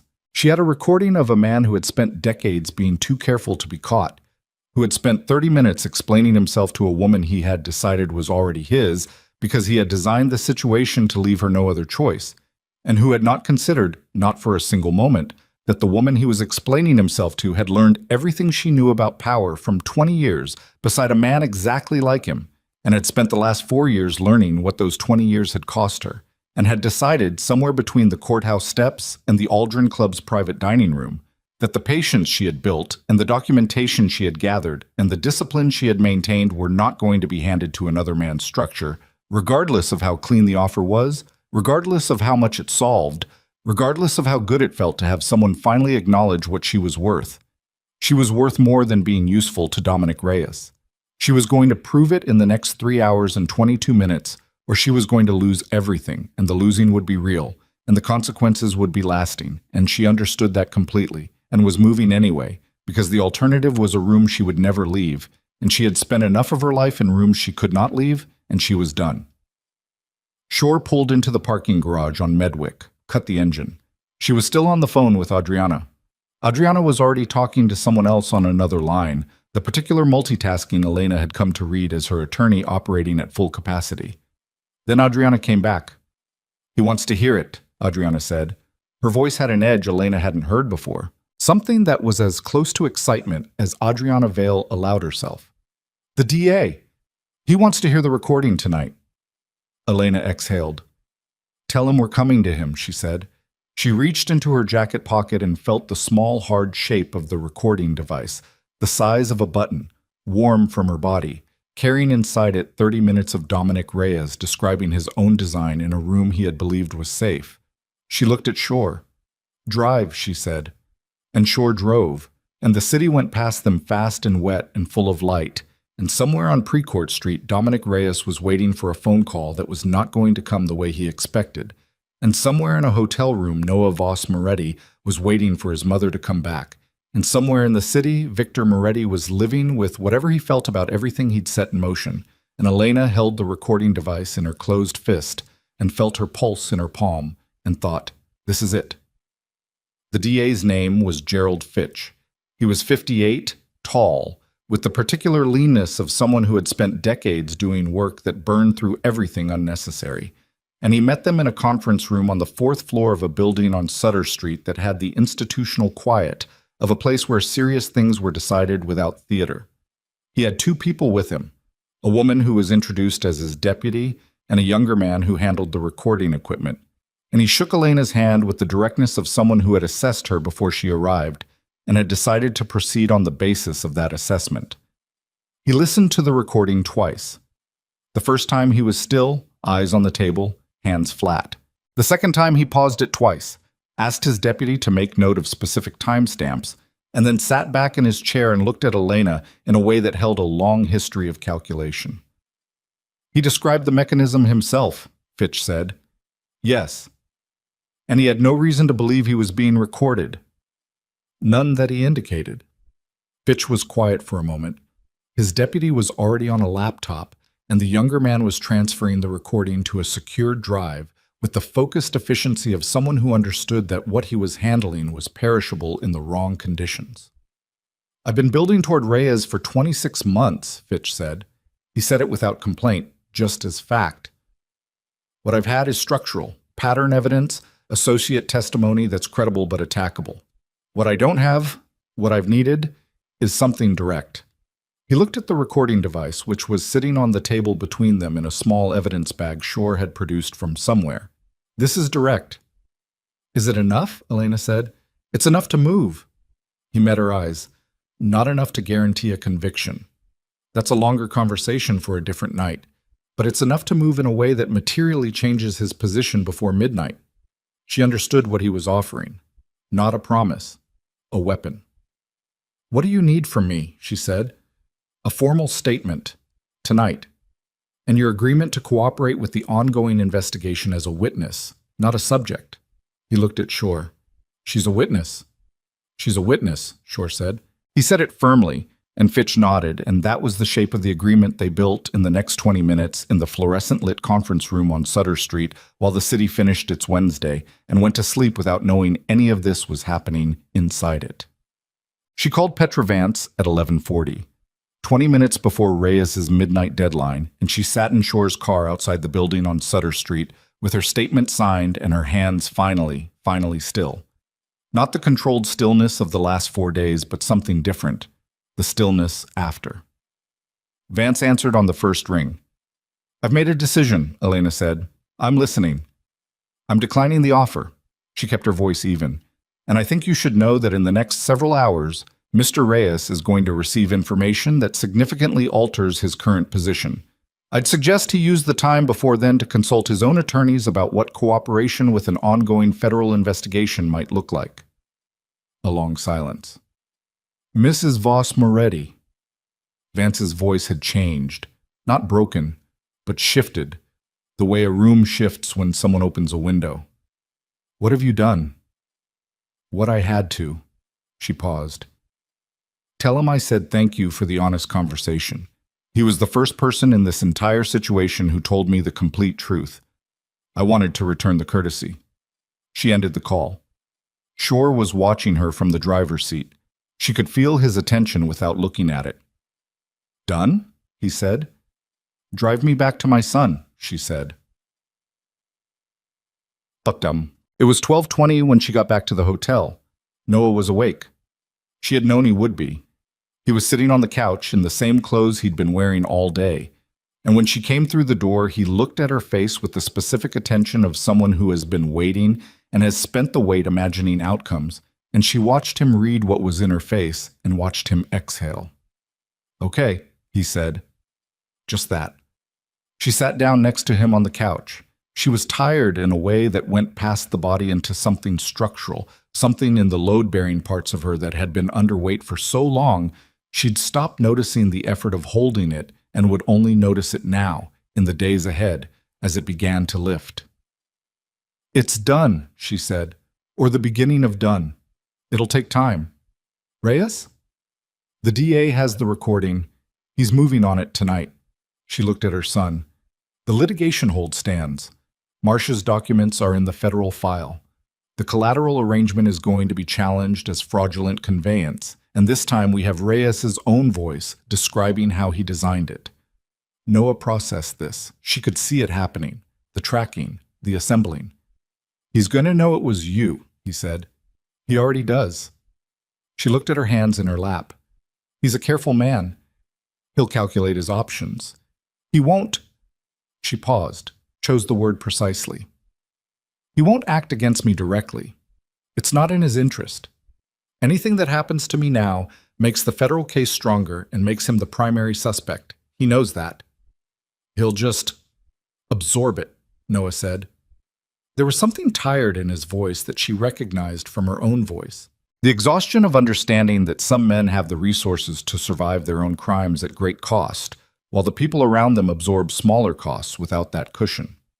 "He'll fight it," she said. "His lawyers are very good. It might take years, but he is not going to be focused on Moretti Voss Holdings.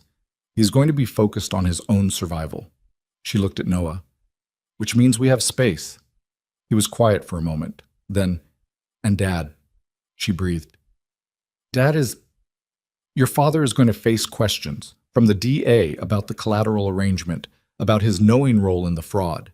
He didn't design it, but he participated in it. What happens with that is..." She stopped. "That's not mine to determine." Noah looked at the middle distance for a long moment. His jaw was working on something. Then, "Is he going to prison?" She held the question. The honest answer was she didn't know. The truthful answer was that she hadn't asked Fitch specifically about Victor's exposure, and that the omission had been deliberate because some part of her still did not want to be the person who was responsible for that outcome, even after everything. "I don't know," she said. Noah nodded slowly. "Okay." He rubbed his face with both hands. "Okay. How are you?" she said. She asked it directly, the way she'd learned to ask him things in the last 4 years. Not circling, not softening the ask into something he could deflect. He thought about it for a real moment, not performing consideration, actually taking inventory. "I don't know yet," he said. "I think I will be, eventually." He looked at her. "You?" She thought about the hotel suite that didn't smell like hers, the documents on the desk, the 4 days that had compressed a decade of accumulated reckoning into a sequence of rooms and phones, and a recording device the size of a button in a conference room on Sutter Street. The same, she said. Eventually. He leaned his head back against the couch. She did the same. They sat like that for a little while, not talking, in the particular quiet of people who have been through something together and don't need to describe it to each other. Yin. 3 weeks later, Gerald Fitch's office filed a federal complaint naming Dominic Reyes and 2 Meridian Capital associates in connection with wire fraud and conspiracy to commit fraudulent conveyance. The complaint ran to 47 pages and cited, among other evidence, a recorded conversation in which the primary subject described the mechanism of the fraud in specific operational detail. The litigation hold on Moretti Voss Holdings properties was confirmed by the court, and the collateral arrangement was suspended pending the outcome of the federal proceeding. Shore called Elena with the news at 8:15 in the morning, and she was already at the desk. The desk in the actual office she'd moved into 3 days after returning to work, the one on the 14th floor of the Carver building that had been Elena's in name for 9 years and in practice never, the one with the east-facing window that caught the morning light. Confirmed, Shore said. The hold stands. The properties are yours, unencumbered, pending resolution. How long does resolution take? Federal case? 3 years? Maybe 4. During which time the company operates normally. During which time the company operates normally, he confirmed. She thanked him. She put the phone down.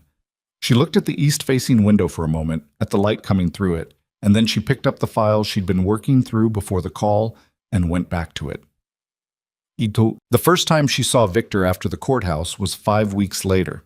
It was not planned.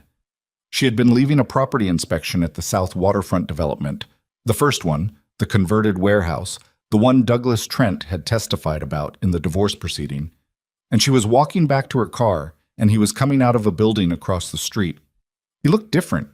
She noticed it from distance before he noticed her, which gave her a few seconds to prepare something inside herself, to make space for whatever the moment required. He was wearing a coat she didn't recognize, and he looked like a man who had recently lost weight in a way that wasn't intentional, and he was alone, which was in itself a statement about the state of things. He saw her. He stopped. She stopped. They looked at each other across a wet street in November with a cold wind coming off the waterfront and the kind of gray sky that commits to its grayness without apology. He crossed the street. She waited. He stopped a few feet from her, not aggressive, not approaching, just present. Elena, he said. Victor. He looked at her face with the same directness as in the courtroom, but different. Stripped of the courtroom's architecture, stripped of lawyers and documents and a judge, he was just a man standing on a street. She had known this man when he was 26 years old and didn't own anything and had believed genuinely that what they were building together was the real thing. She could still access that memory, not with warmth exactly, but without the revision that grief sometimes applies, the retroactive decision that everything was false because the ending was. Some of it had been real.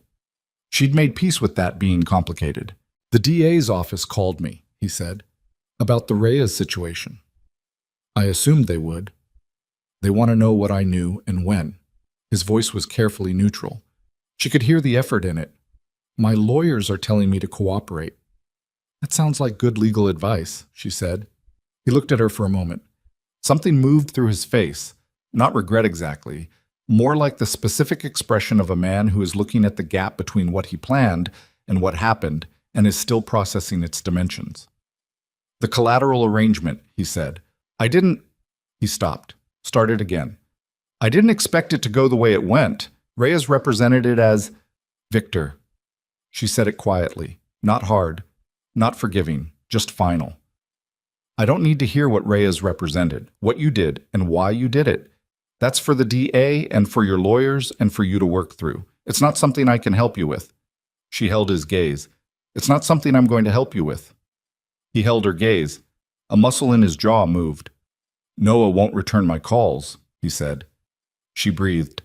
This was the harder part. This was the part she had no clean answer to. Noah is 17, she said. He'll make his own choices about that. I'm not going to tell him how to feel about you. But you're not going to encourage it. I'm going to stay out of it.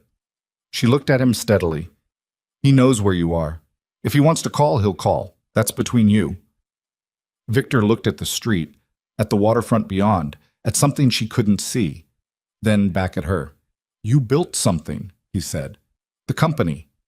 Even then, when we were still, you were building something real. I knew it. He paused. I treated it like it was mine because I didn't know how to value something I didn't think I could lose. She listened to this. She let it be what it was. Not an apology, not exactly, but the closest thing to honest she'd heard from him in years. Maybe the closest thing he was capable of, which was not the same as what she needed, but was still, she recognized, something. I know, she said. I know you knew. She paused. That's what made it so hard. They stood in the cold for another moment. Then she nodded once. Not warmth, not warmth's absence, just acknowledgement. And she walked to her car and she didn't look back. And she didn't need to. Noah called Victor in December. He told Elena about it afterwards, sitting at her kitchen table, the kitchen of the apartment she'd moved into in November, hers, small and on the west side of the city with windows that faced a courtyard, with a mug of coffee going cold in front of him. I didn't really know what to say, he told her, so I mostly just listened. What did he say? Noah turned the mug. He said he was sorry, in the way Dad says things, not like he was asking for anything, just putting it down somewhere. He paused. He asked about school. I told him about the architecture program I'm looking at. Another pause. He said he thought you'd be glad. Elena was at the counter, her back partly toward him, and she let a moment pass before she said anything. He's not wrong, she said. Noah looked at her. Will you see him at some point? She thought about it honestly rather than answering from the position she'd had prepared for the last 3 months. At some point, she said. When it makes sense. When it's about you, maybe. Not yet. Noah nodded. He picked up the mug, found it cold, set it back down. Mom. He said it in the way that meant something was coming he'd been carrying for a while. When you went into that meeting with Reyes, that night, he looked at her. Were you scared? Yes. But you went anyway. Yes. He was quiet. I keep thinking about that, about what it takes to know that something is the right move and also know it might go badly and go anyway. He looked at his hands. Dad never seemed scared of anything. I used to think that was strength. Now I think it just meant he didn't understand what he was risking. He looked up at her. You understood and went anyway. That's different. She looked at her son, this boy with his father's eyes, and her father's jaw, and his own particular and specific and irreducible self. And she thought about what it cost to raise someone honest in an environment that rewarded something else, and whether she had managed it, and whether the fact that he could see the distinction between courage and recklessness meant that something had come through intact despite everything. She thought it had. It's not always that clear in the moment, she said. What's right? You do your best with what you know, and you try not to let fear make the decision for you. She held his gaze. That's all it ever is. He nodded slowly. Something settled in his face. Not resolution. He was 17. Resolution was a long way off on most of the things he was carrying. But something. Machen. The Moretti Voss Holdings Board met for the first time under Elena's formal authority in January.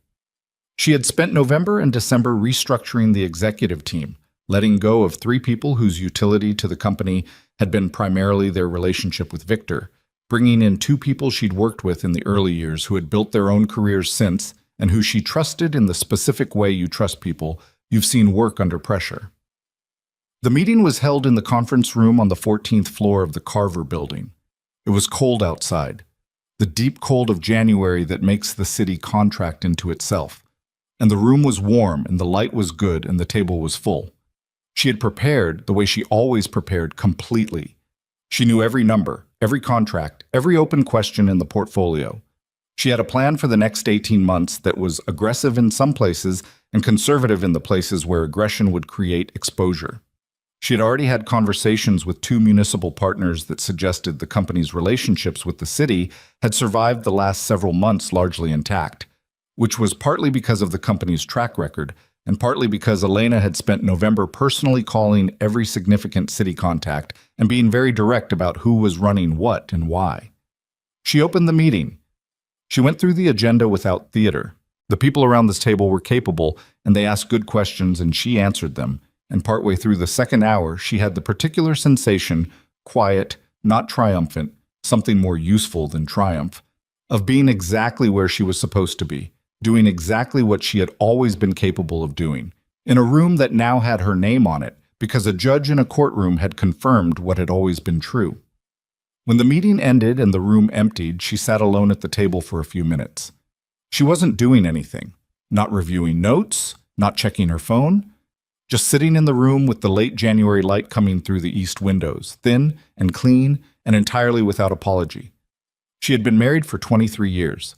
She had spent 20 of them making something real, and 3 of them watching it become something else, and 4 years after that building the case for what it had always been. She had walked into a courtroom and won, and then discovered that winning was the beginning of something harder, and she had walked through that too. She had made choices she was not comfortable with, and had made them anyway, and lived inside the discomfort and come through it, and was going to keep coming through it, because the alternative was giving the last 27 years to something that deserved them, and that was finished. She was not unscathed. She knew that. The price of the last 4 years was not going to be fully tabulated for a while yet. There were things in her she didn't have words for, absences where things had been that she hadn't finished naming. She would sit with Noah in the kitchen on weekend mornings and feel the specific shape of what the years had asked of him and know that some of that was hers to carry.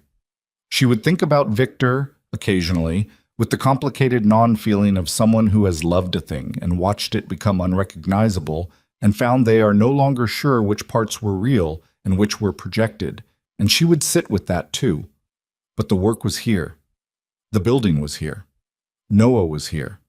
Enrolled in a pre-architecture program at the city college, studying late in his room, texting her pictures of elevation drawings at 11 at night with captions that were mostly complaint and partly pride. He was here and he was whole, as much as 17 allows for whole, and she had managed that. Through everything, that had held. She picked up the portfolio file from the table and slid it into her bag. She stood. She looked at the room one more time. The good light, the warm air, the table she was going to sit at again tomorrow, and the day after, and the day after that. Then she turned off the light and walked out. Button. The DA's case against Dominic Reyes went to a federal grand jury in March. Reyes's attorneys were, as expected, very good. The case would take years. The outcome was not certain. Elena followed it the way you follow something that matters but is no longer in your hands. Checking in, staying informed, but not letting it be the room she was living in. Petra Vance called her once, in February, to say that her representation of Reyes had concluded and that she was returning to private corporate practice. She did not explain further. Elena said she understood, and they ended the call with the particular courtesy of 2 people who had been on opposite sides of something difficult and had each conducted themselves within their own terms. Victor cooperated with the DA's investigation.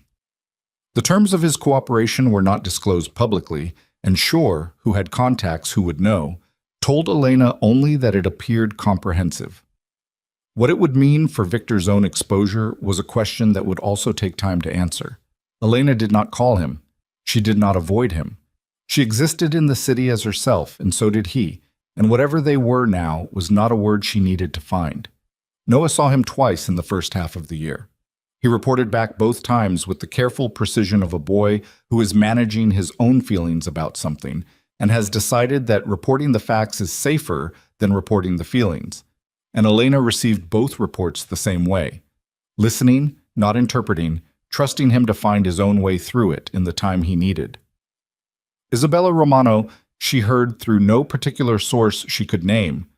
The way you hear things in a city when your name has been in the news had left. Some said she'd gone back to where she'd come from. Some said elsewhere. Elena didn't spend time on it.